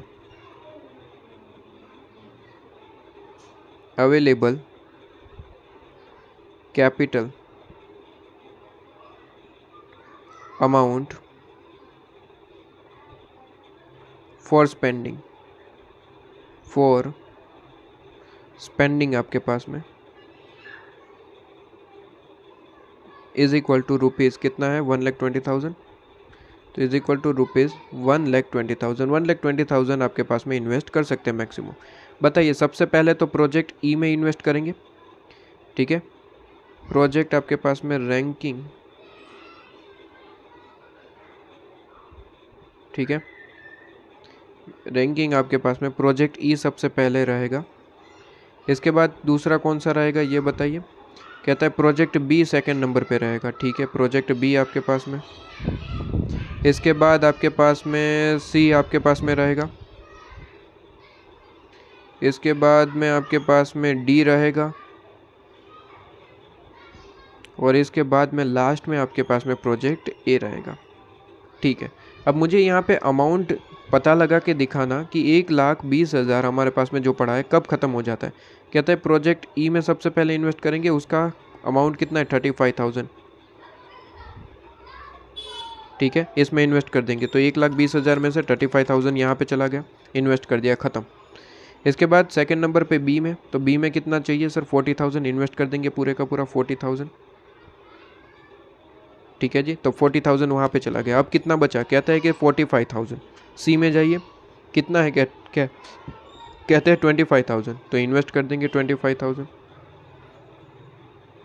ठीक है, तो 25,000 चला गया। और कितना बचा है अभी, कहता है 20,000 बचा हुआ है। डी में कितना चाहिए, कहता है 30,000, लेकिन डिविजिबल प्रोजेक्ट है, जितना चाहे इन्वेस्ट कर सकते हैं। कहता है 20,000 कर दीजिए, कोई दिक्कत नहीं है। ठीक है, और कहते हैं ए में इन्वेस्टमेंट करने के लिए कुछ बचा नहीं है, डैश। ठीक है, तो ये इन रुपीज़ आपके पास में क्या हो गया सर, आउटफ्लो लिख दिया। बस उसके सामने एनपीवी लिख देंगे और एनपीवी का टोटल निकाल लेंगे, काम ख़त्म। ठीक है, बस एनपीवी लिख देंगे। 35,000 तो पूरा इन्वेस्ट किया तो पूरा ही एनपीवी आएगा 15,400। 15,000 सॉरी ई का है ना, ई का लिखना है 19,300। ठीक है, ई का लिखना है ना, ई का हमने इन्वेस्ट करा है। ओके, फिर बी में इन्वेस्ट करा, बी का कितना है 18,700, 700 आपके पास में। ठीक है, 18,700। इसके बाद सी में इन्वेस्ट करा, सी का है 10,100, 10,100। इसके बाद डी में इन्वेस्ट करा, लेकिन डी में थोड़ा सा ध्यान रखना, कहता है 30,000 पे कितना इनकम होगा, 11,200। लेकिन हमने क्या पूरे 30,000 इन्वेस्ट करा, आंसर इज नो 20 करा है। तो कहता है 20 के सामने कितना होगा वो कन्वर्ट करके लिख लो। कहता है 30 के सामने 11,200 है, तो 20 के सामने कितने होंगे, तो 20,000 इंटू 11,200 डिवाइड बाई 30,000, 30,000। ठीक है, तो आपके सामने अमाउंट आ जाएगा। कहता है 7,467। ठीक है, यहाँ पे तो कोई इन्वेस्ट करना नहीं है क्योंकि पैसा ही ख़त्म हो गया। तो अगर एक बार के लिए दोनों का टोटल लगाएंगे तो बस आपके पास में ये रियल डिसीजन मेकिंग का अमाउंट आ जाएगा। कहता है 1,20 खर्चा किया, 1,20 ही थे, वो पूरे के पूरे इन्वेस्ट हो गए। ठीक है, और उसके सामने इनकम कितनी हुई, कहता है 19,300 प्लस 18,700 प्लस 10,100 प्लस 7,467। तो कहता है 55,000 आपके पास में 567। लीजिए, काम खत्म।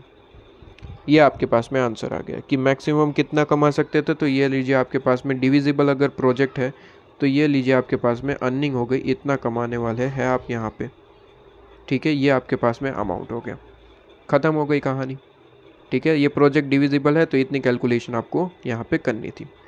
ठीक है, तो एक बार के लिए इसका आंसर भी देख लेते हैं। देख लीजिए, सबसे पहले इन लोगों ने रैंकिंग दी है 5, 2, 3, 4, 1, तो ये रही रैंकिंग। उसके बाद कैलकुलेशन करी है कि ये आपके पास में इन्वेस्टमेंट का अमाउंट 1,20 इन्वेस्ट करा है। ठीक है, वो हमारे पास में है, और उसके सामने कितना कमा है इन लोगों ने पॉइंट में लिखा है। मैं तो कहता हूँ पूरे अमाउंट में लिखे, वही बेहतर होगा आपके पास में, क्योंकि पॉइंट में ऐसा होता है कि स्टूडेंट इसे राउंड ऑफ कर देते हैं बेसिकली, तो थोड़ी दिक्कत आ जाती है। वैसे तो यहाँ पे 100-200 में दिक्कत नहीं होती, जब अमाउंट लाखों में होती है तब राउंड ऑफ करने में थोड़ी सी प्रॉब्लम आ जाती है, क्योंकि राउंड ऑफ कर देते तो लाखों में अमाउंट बदल जाते हैं। ठीक है, तो एडवाइजेबल ये होता है कि अगर बस 40-50 हज़ार वाली अमाउंट है तो फिर क्या ही पॉइंट में लिखना। ठीक है, पूरे का पूरा अमाउंट ही लिखिए, तो वही बेहतर होता है। ठीक है, तो पूरा अमाउंट लिखिए। हाँ, करोड़ों में अमाउंट है तो आप पॉइंट में लिख रहे हैं तो वो बात अलग है आपके पास में। क्या ये चीज़ आपके पास में क्लियर है? तो ये चीज़ आपके पास में हो जाती है। ठीक है, तो ये लीजिए।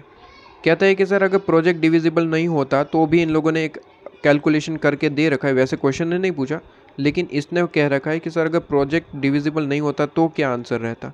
ठीक है, वैसे हमने कहा था कि वैसे भी हम करवाएंगे आपके पास में। क्वेश्चन ने तो नहीं पूछा, लेकिन इन लोगों ने दिया है और हम भी करेंगे आपके पास में। ठीक है, कहता है प्रोजेक्ट अगर डिविजिबल नो हो, ठीक है, प्रोजेक्ट डिविजिबल नो, तो आपके पास में क्या हो। कहता है कि सर प्रोजेक्ट आपके पास में are not divisible, projects are not divisible. इसमें थोड़ा सा सबसे पहले कॉम्बिनेशन बनाने में एक चीज़ ध्यान रखना।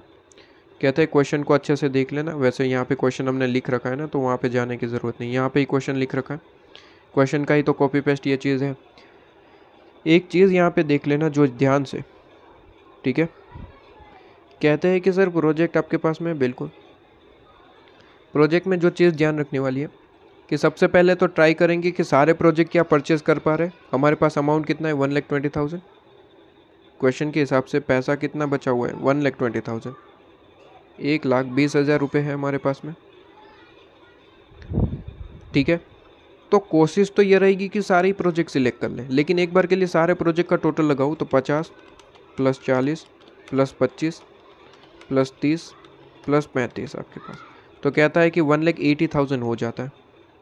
कितना है 1,80,000 पूरे प्रोजेक्ट का इन्वेस्टमेंट टोटल। 1,80,000 तो है नहीं हमारे पास में, हमारे पास में 1,20,000 है। तो सबसे पहले जो आपने सोचा कि कॉम्बिनेशन बनाने से अच्छा सारे प्रोजेक्ट में इन्वेस्टमेंट कर दूँ, वो नहीं हो पाएगा।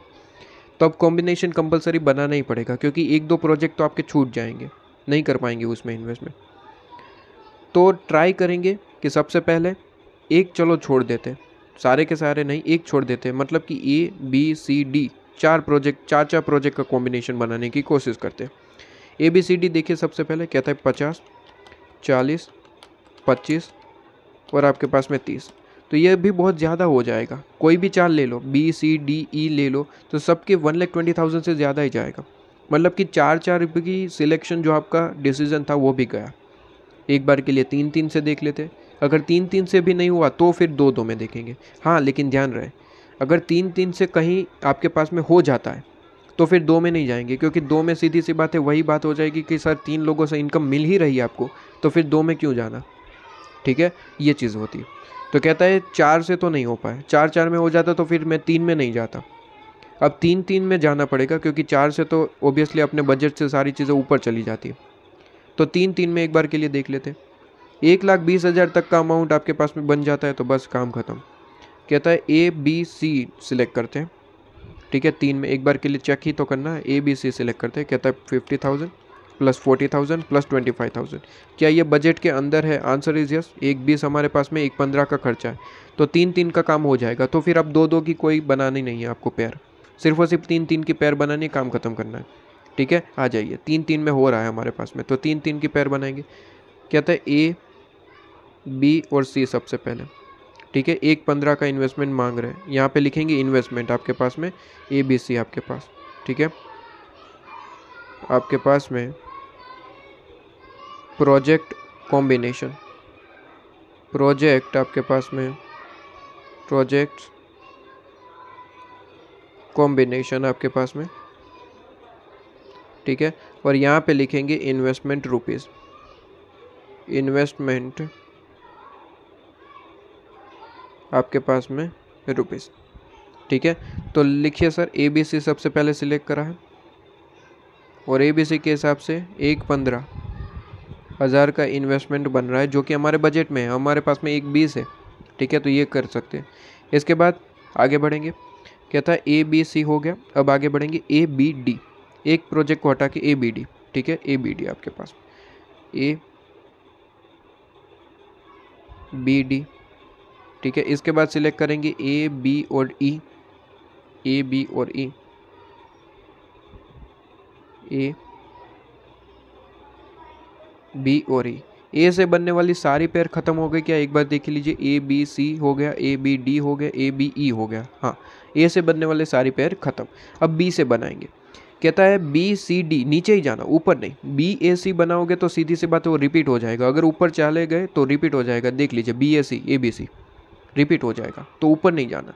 BCD ले लो और फिर BCE ले लो, BCD और BCE, BCD BCE आपके पास में। ऊपर जाओगे तो रिपीट हो जाएगा, ऊपर जाना ही नहीं है। B की बात खत्म, अब C से नीचे ही जाएंगे, ऊपर नहीं। CBA लोगे तो वो रिपीट हो जाएगा आपके पास में। ठीक है, CDE आपके पास में। और 3 प्रोजेक्ट तो लेने ही लेने हैं, क्योंकि CDE आप मतलब कि 3 प्रोजेक्ट से कोई एक चीज़ बन रही है तो 3 का ही कॉम्बिनेशन बनाएंगे, फिर 2 में नहीं जाएंगे, क्योंकि 2 में फिर फ़ायदा नहीं है। जो चीज़ 3 से मिल रही है वो 2 में आपके पास में कभी नहीं मिल पाएगी, 3 से ही आपके पास में ज़्यादा अर्निंग होगी। तो फिर अब 2 में नहीं जाना है बिल्कुल भी। ठीक है, CDE भी हो गया। अब आपके पास में DE, तो ये 2 तो हो जाएंगे, 2 में आपके पास में नहीं करना, DE नहीं लेना है, DE नहीं लेना है। 2 प्रोजेक्ट में काम नहीं करेंगे आपके पास में, 2 प्रोजेक्ट में काम नहीं करेंगे, क्योंकि 3 से बन रहा है, तो 2 में आपको उतनी अर्निंग नहीं हो सकती। तो सारी चीज़ें ख़त्म हो गई। बिल्कुल सर, सारी चीज़ें आपके पास में ख़त्म हो गई। ठीक है, तो बस आपको क्या करना है, एक बार के लिए चेक कर लेना है, क्या DEA करूँ तो क्या आंसर आएगा। एक कोई मैच हो रहा है, DEA, हाँ DEA एक भी बार नहीं आया ना, ADE नहीं, तो DEA एक बार करना चाहिए हमें। ठीक है, आपके पास में मैंने क्या करा, फिर से एक बार कहता है सबसे पहले तो A से बनाने की पेयर करें, A, B और C। इसके बाद A, B और D ले लिया। इसके बाद कहता है कि सर A, B और E ले लिया, A से सारी पेयर बना ली। इसके बाद B से बनाने स्टार्ट करें, B, C और D, B, C और E ले लिया, काम ख़त्म कर दिया। फिर C से बनाया, C, D और E, C, D और E। फिर मैंने देखा कि सर D और E बचे हैं, इससे तो कोई हो नहीं पाएगा, लेकिन DE और A ले लूँ, DE और B ले लूँ, तो यहाँ पे आपके पास में ये पेयर नहीं बन रही है। ठीक है। डी ई और ए ले लूँ तो आपके पास में क्या बन रहा है कोई? नहीं, तो डी ई ए ले लिया। अब इसके बाद डी ई बी ले लूँ, डी ई बी, तो डी ई बी भी आपके पास में कहीं नहीं है, ठीक है। तो ये भी आपको लेना है, हर पॉसिबल एरर आपको यहाँ पे लेनी है, डी ई और बी, ठीक है। और डी ई और सी लूँ तो क्या आ जाएगा? आंसर इसी से मैच हो गया, डी ई और सी, ठीक है। तो रिपीटेड नहीं चलेगा आपके पास में, रिपीटेड नहीं चलेगा। क्या बात समझ में आ रही है? सिंपल सा यहाँ पे कैलकुलेशन है, बस आपको फिर आपका अमाउंट लिख देना है, ठीक है। ए बी डी का कितना टोटल है वगैरह वगैरह चीज़ें। तो एक बार के लिए यहाँ पे आपके पास में यहाँ पे बाजू में ही ओपन करना पड़ेगा और टोटल करके निकालना पड़ेगा, ठीक है। जल्दी से इसका टोटल आप निकालिए। ए बी डी आपके पास में कितना? ए बी डी आपके पास में 50,000 प्लस 40,000 और प्लस आपके पास में डी कितना है? 30,000, 30,000। तो 1,20,000 यहाँ पे तो पूरे अमाउंट इन्वेस्ट हो रहा है, 1,20,000, ठीक है। ए बी डी में जाओगे तो पूरा 1,20,000 आपके पास में इन्वेस्ट हो जाएगा, लेकिन इसके बेस पे थोड़ी ना लेना, एन पी भी हाईएस्ट देना चाहिए, ठीक है। इसके बाद ए बी और ई, ए बी और ई 50, 40 और 35, 35। तो कहता है 1,25 आपके पास में, ये तो नहीं हो पाएगा, 1,25 का इन्वेस्टमेंट थोड़ी हो पाएगा, कैंसिल कर दो। 1,20 ही पड़ा हुआ है, ठीक है, तो ये नहीं हो पाएगा, ठीक है। इसके बाद कहता है कि सर कौन सा है? B C D, B C D आपके पास में 40, 25 और 30, कहता है 95,000। हाँ ये हो जाएगा, कोई दिक्कत नहीं है, 95,000, ठीक है। आगे बढ़ते हैं, कहता है बी सी और ई, बी सी और ई, ठीक है, 40, 25 और 35 आपके पास में। तो कहता है ये 1,00,000 है, हाँ ये भी हो जाएगा, कोई दिक्कत नहीं, 1,20,000 पड़ा हुआ है। इसके बाद कहता है सी डी और ई, सी डी और ई आपके पास में 25,000, ठीक है, 25, 30 और 35 आपके पास में, 25, 30 और 35। तो कहता है 90,000, ठीक है, ये भी हो जाएगा, कोई दिक्कत नहीं है इसमें भी, ठीक है। इसके बाद डी ई ए, ठीक है, डी ई ए 30, डी का है 30, ई का है 35 और ए का है 50, ठीक है। और भी थोड़ी सी कम्बिनेशन बनेगी, वो भी हमें देखना पड़ेगा। कहता है 1,15,000 इसमें हो रहा है। इसके बाद D E B, D E B आपके पास में कहता है 30, 35 और 40, ठीक है। तो ये आपके पास में 1,05,000। और भी थोड़ी सी कॉम्बिनेशन बनेगी। कहता है सी डी ई आ गया क्या? सी डी ए आ गया। अच्छा, इसके बाद कहता है सी डी ए आया क्या? C D A, C D A नहीं आया, तो सी डी ए भी लेना पड़ेगा,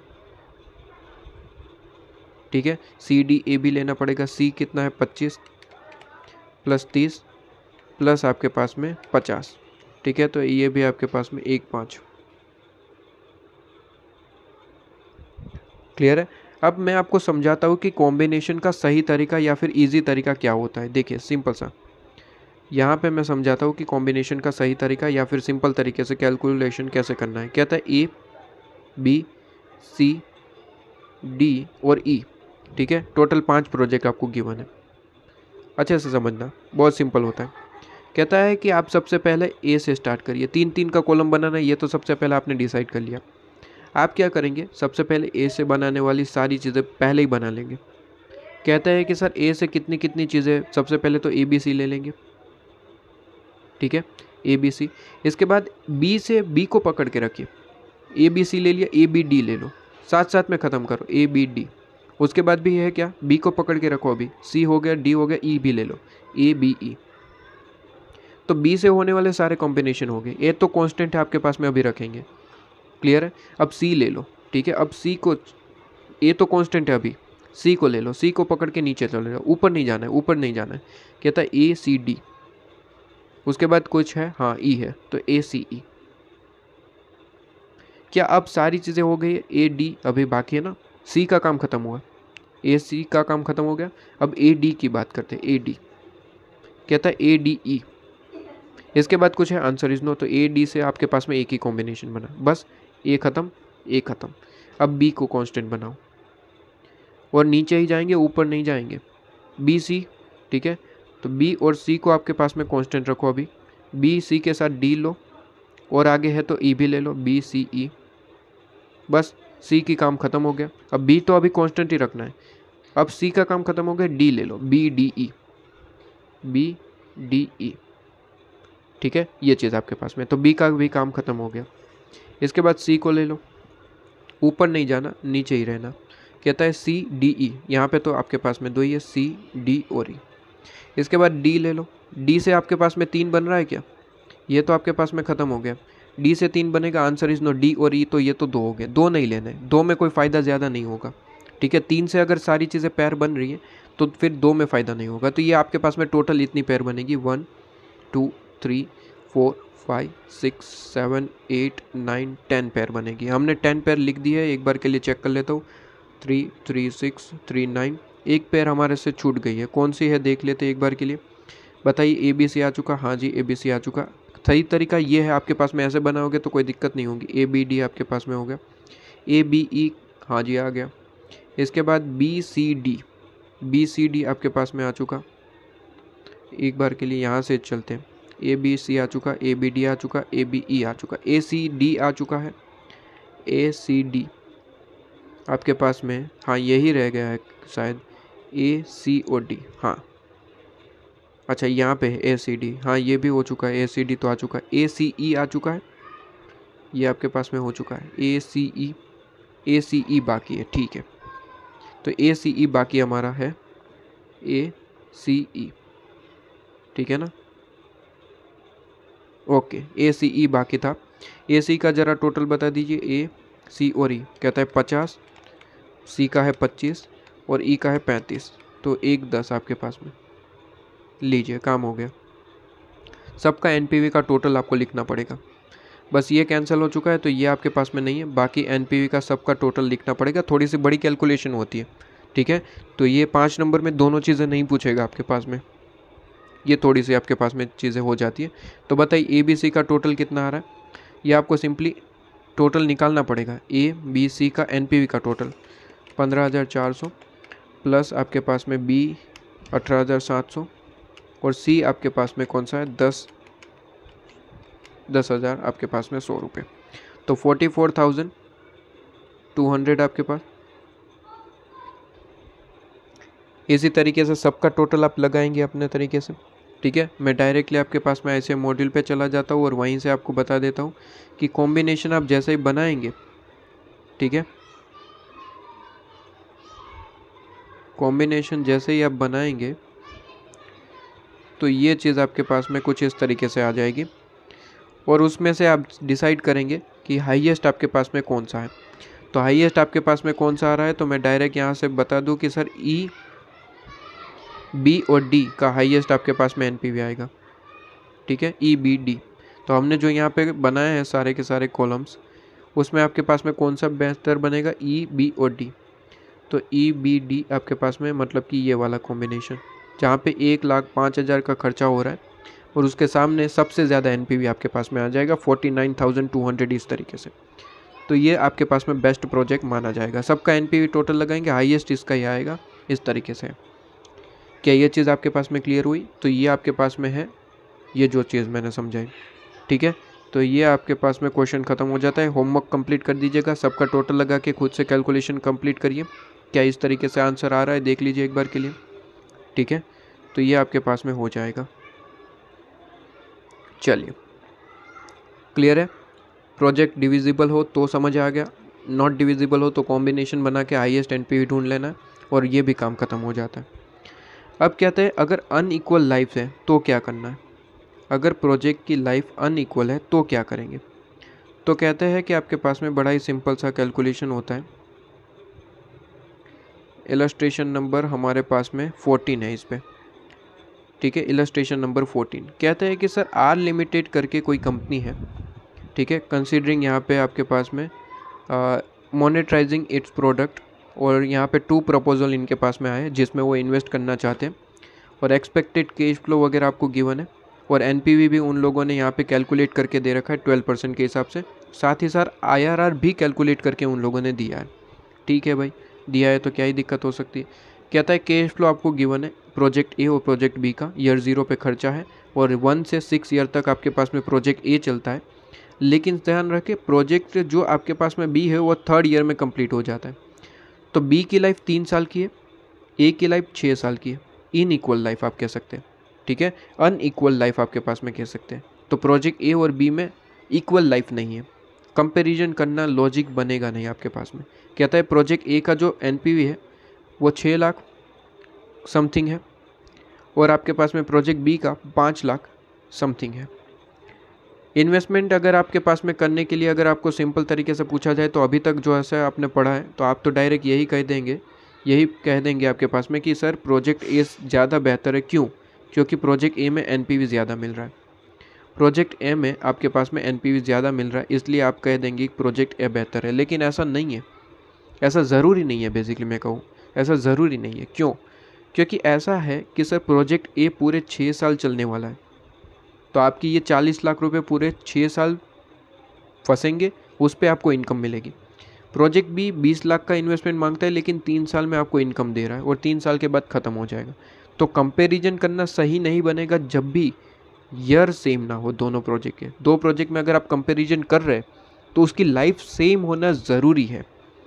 क्या यहाँ पे सेम है? Answer is no. तो यहाँ पे आप डायरेक्टली एनपीवी या फिर आईआरआर के बेसिस पे कोई आंसर नहीं दे पाएंगे।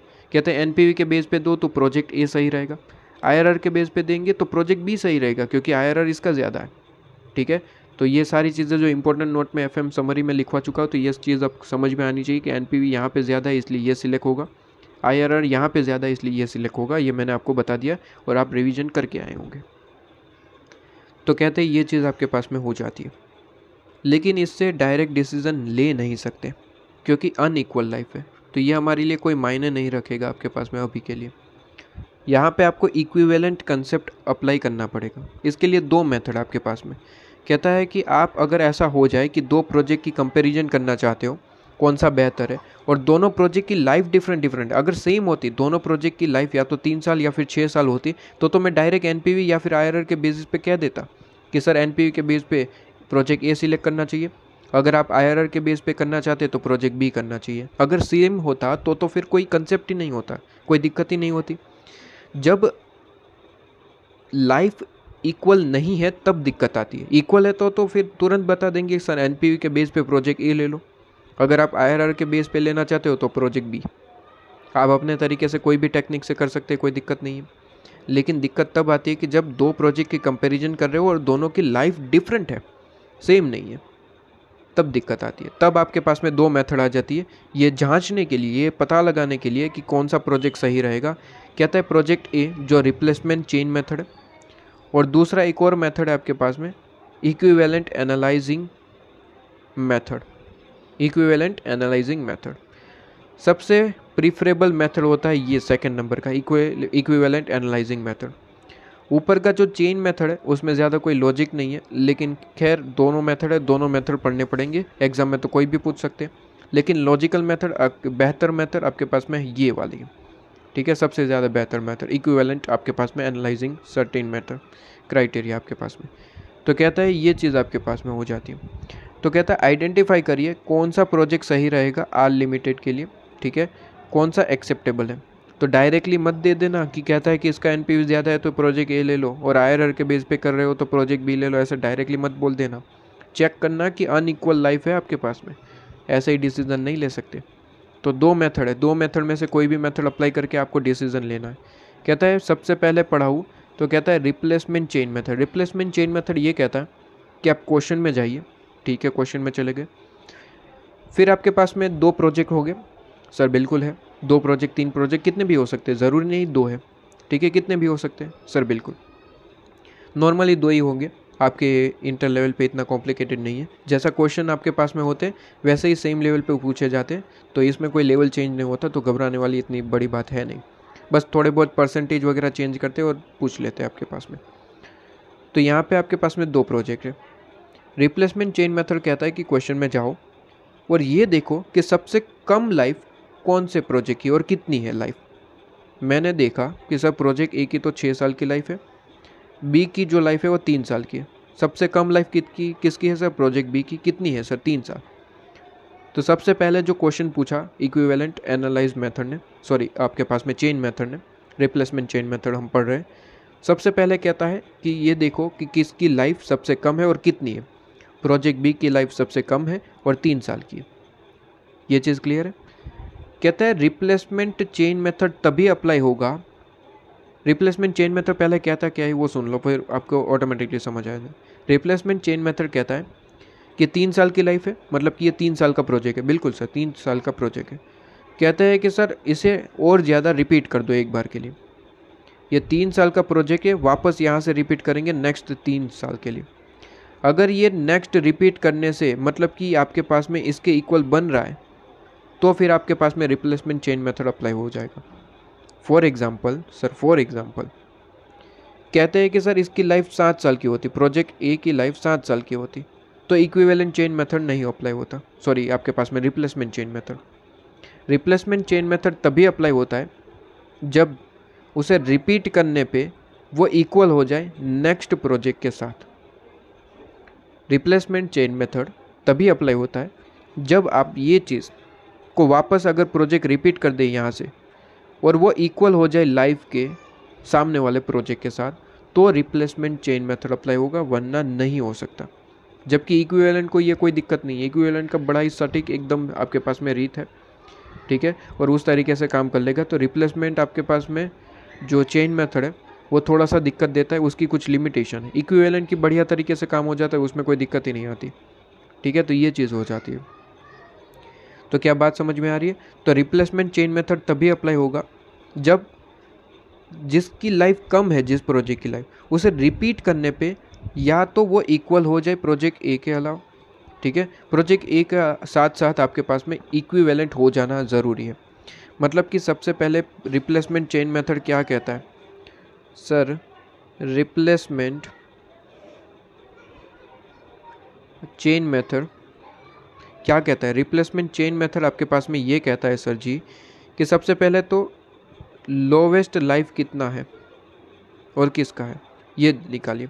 कहता है सर प्रोजेक्ट बी का है, ठीक है, और कितना है? कहता है 3 साल है, ठीक है।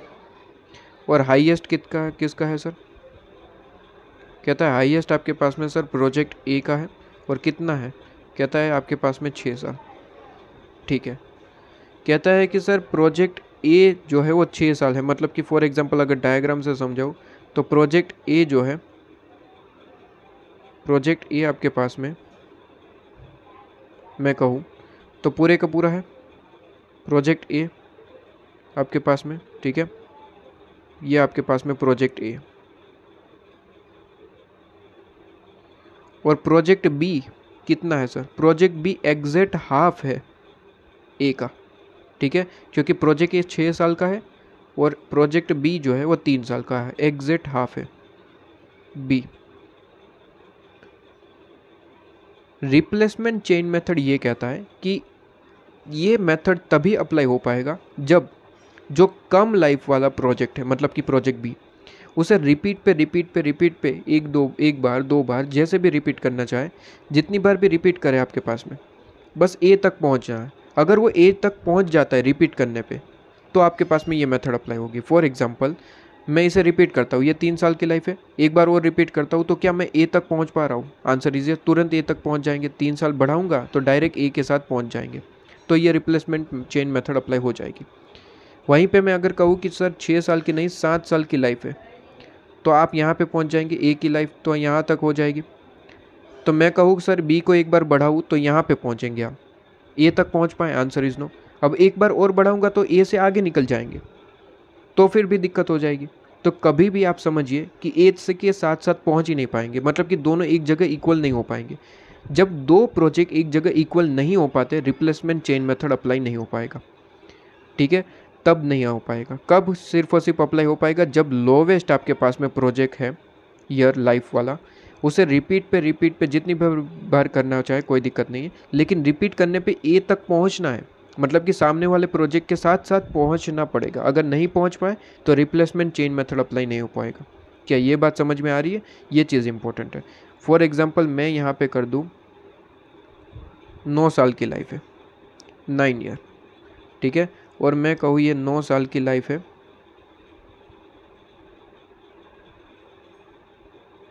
ठीक है। तो कहते हैं कि सर 9 साल की आपके पास में लाइफ होगी, प्रोजेक्ट ए आपके पास में पूरे 9 ईयर है, 9 ईयर का ये टाइमलाइन मैंने ड्रॉ कर दिया आपके पास में, पूरे 9 ईयर आपके पास में ए, ठीक है। बी यहाँ पे कहीं है, 3 साल की लाइफ है बी की, तो बी यहाँ पे है। कहते हैं कि सर बी को रिपीट पे रिपीट जितनी भी बार करो कोई दिक्कत नहीं है, लेकिन वो यहाँ तक पहुँच पा रहा है। कहता है बिल्कुल ये 3 साल का है, एक और बार रिपीट करूँगा तो यहाँ पे पहुँच जाऊँगा 3 साल, और एक और बार रिपीट करूँगा तो ए के साथ ही पहुँच जाऊँगा, ठीक है, 9 ईयर तक। तो बी भी 9 ईयर पहुँच गया, ए भी 9 ईयर।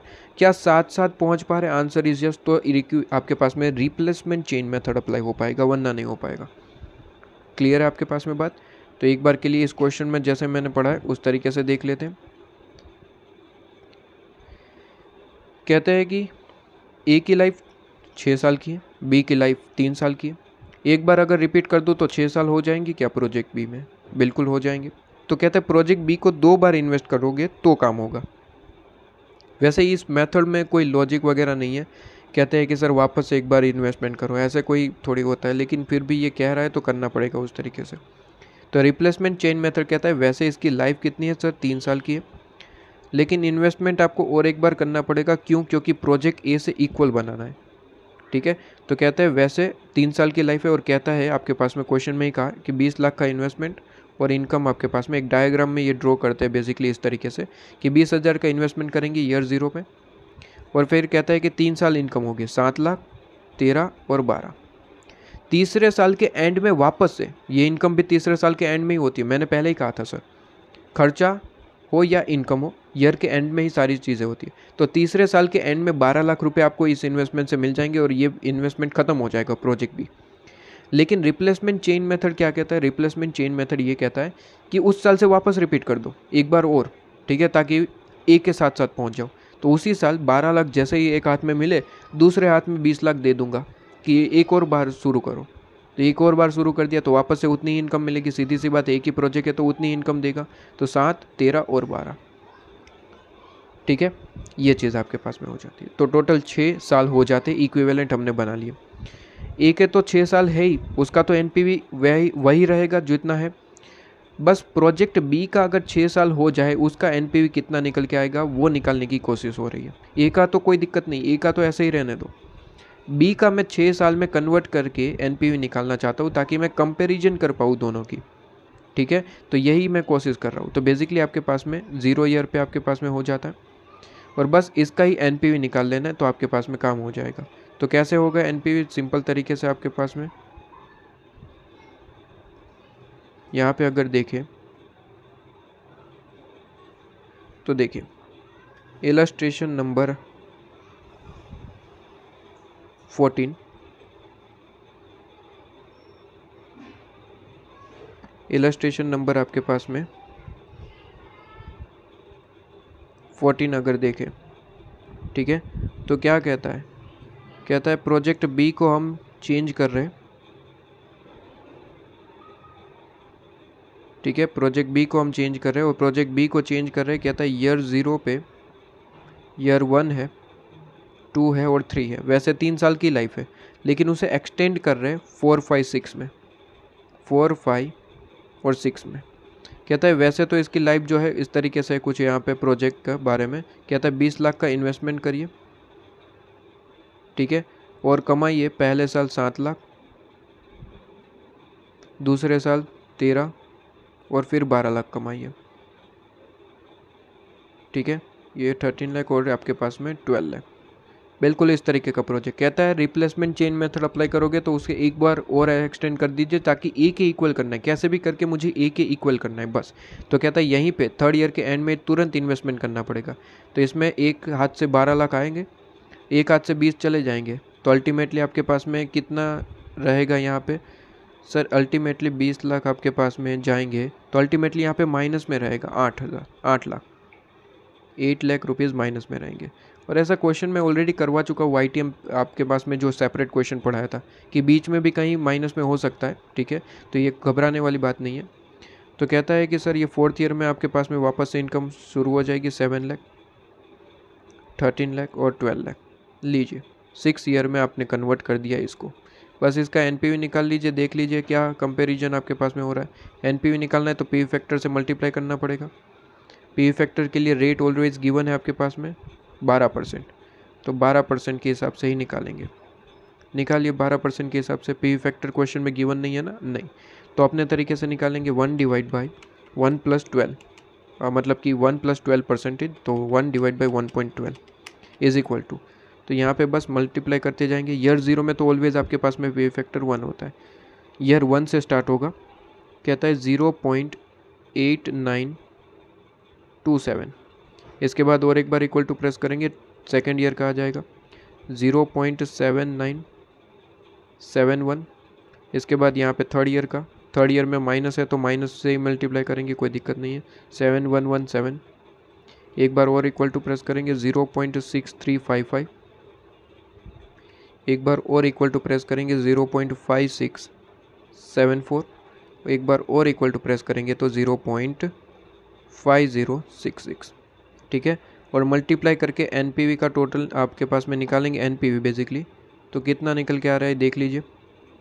तो कहते हैं आपके पास में इसका टोटल करेंगे तो आपके पास में समथिंग कुछ आंसर इस तरीके से आएगा, 8,82,150 समथिंग का आपके पास में आ जाएगा। तो ये एनपीवी आ जाएगा प्रोजेक्ट बी का, एक्सटेंडेड एनपीवी, ठीक है। तो NPV of project B, NPV of project A तो 6 साल का ऑलरेडी गिवन है, बस कंपैरिजन कर लेंगे, जिसका एनपीवी ज़्यादा है वो आपके पास में बेहतर मान लिया जाएगा। तो रिप्लेसमेंट चेन मेथड क्या कहता है, सिंपल आपके पास में एनपीवी के बेस पे वो डिसीजन लेता है, और जिसकी लाइफ कम है उसे एक्सटेंड करिए, ठीक है। लेकिन ध्यान रहे आपके पास में 3 साल का प्रोजेक्ट है तो आगे 3 साल ही एक्सटेंड हो सकते, 2 साल 1 साल ऐसा नहीं हो सकता, एग्जैक्ट वही एक्सटेंड प्रोजेक्ट करना पड़ेगा। और वैसे ही करते करते अगर आप जो है नेक्स्ट प्रोजेक्ट के इक्वल बन रहे तो ही रिप्लेसमेंट चेन मेथड आपके पास में अप्लाई होगा, ठीक है। जैसे कि यहाँ पे आपके पास में हुआ कि 3 साल का था और 3 साल आपके पास में एक्सटेंड करते हैं तो आपके पास में प्रोजेक्ट ए से साथ पहुँच पाते हैं। प्रोजेक्ट ए मान लीजिए 7 साल का होता तो रिप्लेसमेंट चेन मेथड अप्लाई नहीं हो पाता, क्योंकि प्रोजेक्ट बी को रिपीट करते तो 6 साल होता, और ज़्यादा रिपीट करते तो 9 साल हो जाता। तो आप यहाँ पे इक्विवेलेंट नहीं बन पाएंगे, रिप्लेसमेंट चेन मेथड आप अप्लाई नहीं कर पाएंगे, ठीक है। तो रिप्लेसमेंट चेन मेथड से आप यहाँ पे कैलकुलेशन नहीं कर पाएंगे, ये चीज़ हो जाती है। तो एक बार के लिए यहाँ पे एग्जैक्ट एग्ज़ाम में कैसे लिखना है ये मैं बता दूँ।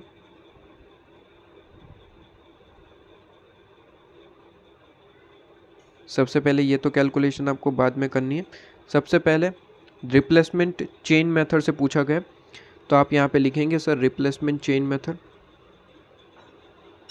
रिप्लेसमेंट चेन मेथड, ठीक है। रिप्लेसमेंट आपके पास में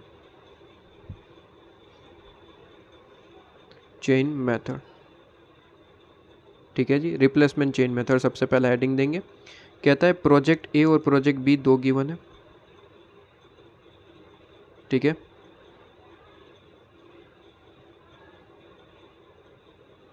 लिख देंगे कि 6 साल की लाइफ है, 6 ईयर लाइफ, और यहाँ पे 3 साल की लाइफ है, 3 ईयर आपके पास में लाइफ, ठीक है। और फिर हम यहाँ पे लिखेंगे कि if project be extend 1 more time,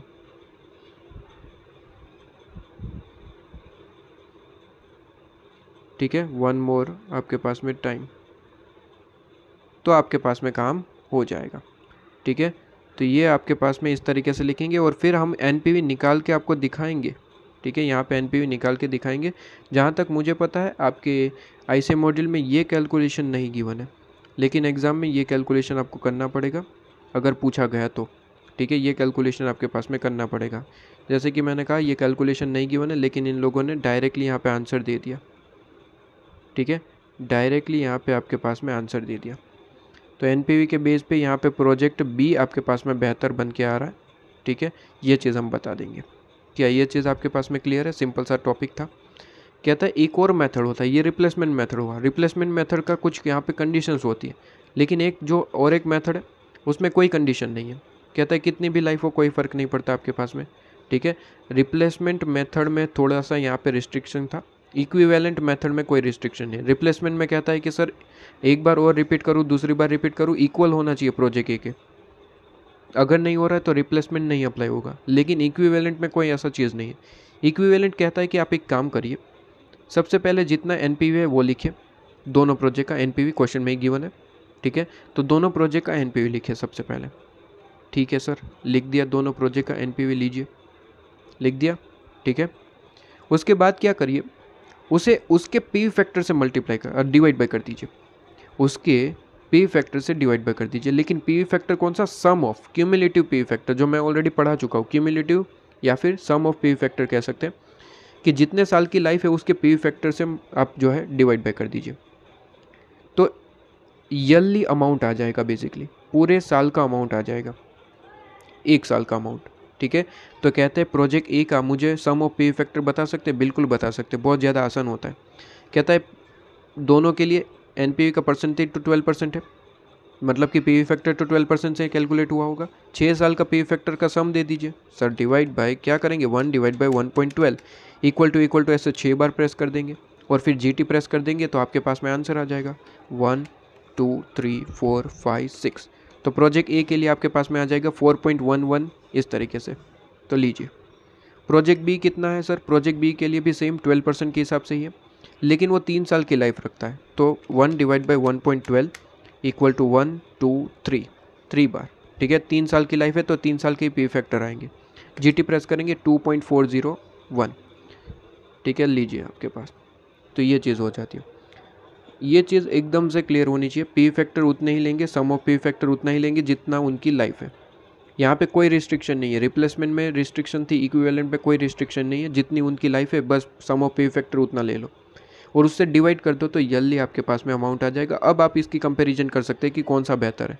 कह देंगे सर जिसका ईयरली एनुअलाइज आपके पास में, ठीक है, एनुअलाइज आपके पास में जो एनपीवी है किसका ज़्यादा है, बी का, तो वो बेहतर है, बी प्रोजेक्ट सिलेक्ट कर लेंगे, वो बेहतर है। तो दोनों मेथड अपने आप में डिफरेंट है। एक मेथड कहता है कि सर एक्सटेंड कर देंगे और एक बार, ठीक है, अगर वो इक्वल हो रहा है तो फिर हम अप्लाई कर सकते हैं ये मेथड, वरना नहीं कर पाएंगे। दूसरा कहता है कि उससे हमें कोई लेना देना नहीं, कितनी लाइफ है, ठीक है, कितनी भी हो हम अप्लाई हो जाएंगे, ये मेथड हर जगह अप्लाई हो जाएगा। कहता है कि बस आपको एक काम करना है, एनपीवी ले लेना है दोनों प्रोजेक्ट का, डिवाइड बाय उसके सम ऑफ पी फैक्टर से डिवाइड बाय कर देना है। सम ऑफ पी फैक्टर डिपेंड करता है कि उस प्रोजेक्ट की लाइफ कितनी है, 6 साल है तो 6 साल का सम लेना है, 3 साल है तो 3 साल का सम लेना है और डिवाइड बाय कर देना, आपके पास में आंसर आ जाएगा। फिर जिसका भी एनुअलाइज आपके पास में जो एनपीवी है वो ज़्यादा होगा, वो आपके पास में बेहतर माना जाएगा। यहाँ पे बेसिकली होता क्या है, इसका एग्जांपल अगर दूँ तो मैं कहूँ आपके पास में, फॉर एग्जांपल मैंने आपको कहा, एग्जांपल आपके पास में मैंने आपको एक चीज़ कही कि मैंने आपको मान लेते हैं कि बहुत सारी चॉकलेट्स दी, ठीक है, और मैंने कहा कि आपको ये सेल करनी है।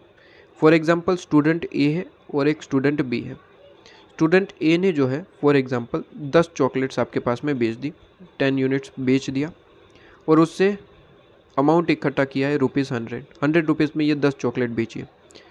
और स्टूडेंट बी ने जो है वो 15 यूनिट्स बेच दिए, ठीक है, 15 यूनिट्स आपके पास में स्टूडेंट बी ने बेच दिए आपके पास में। और मान लेते हैं कि 15 नहीं, एक काम करिए वो वरना पॉइंट में आ जाएगा, मैं एक बार के लिए 20 यूनिट ले लेता हूँ। स्टूडेंट बी ने 20 यूनिट बेच दिए ₹100 में, ठीक है।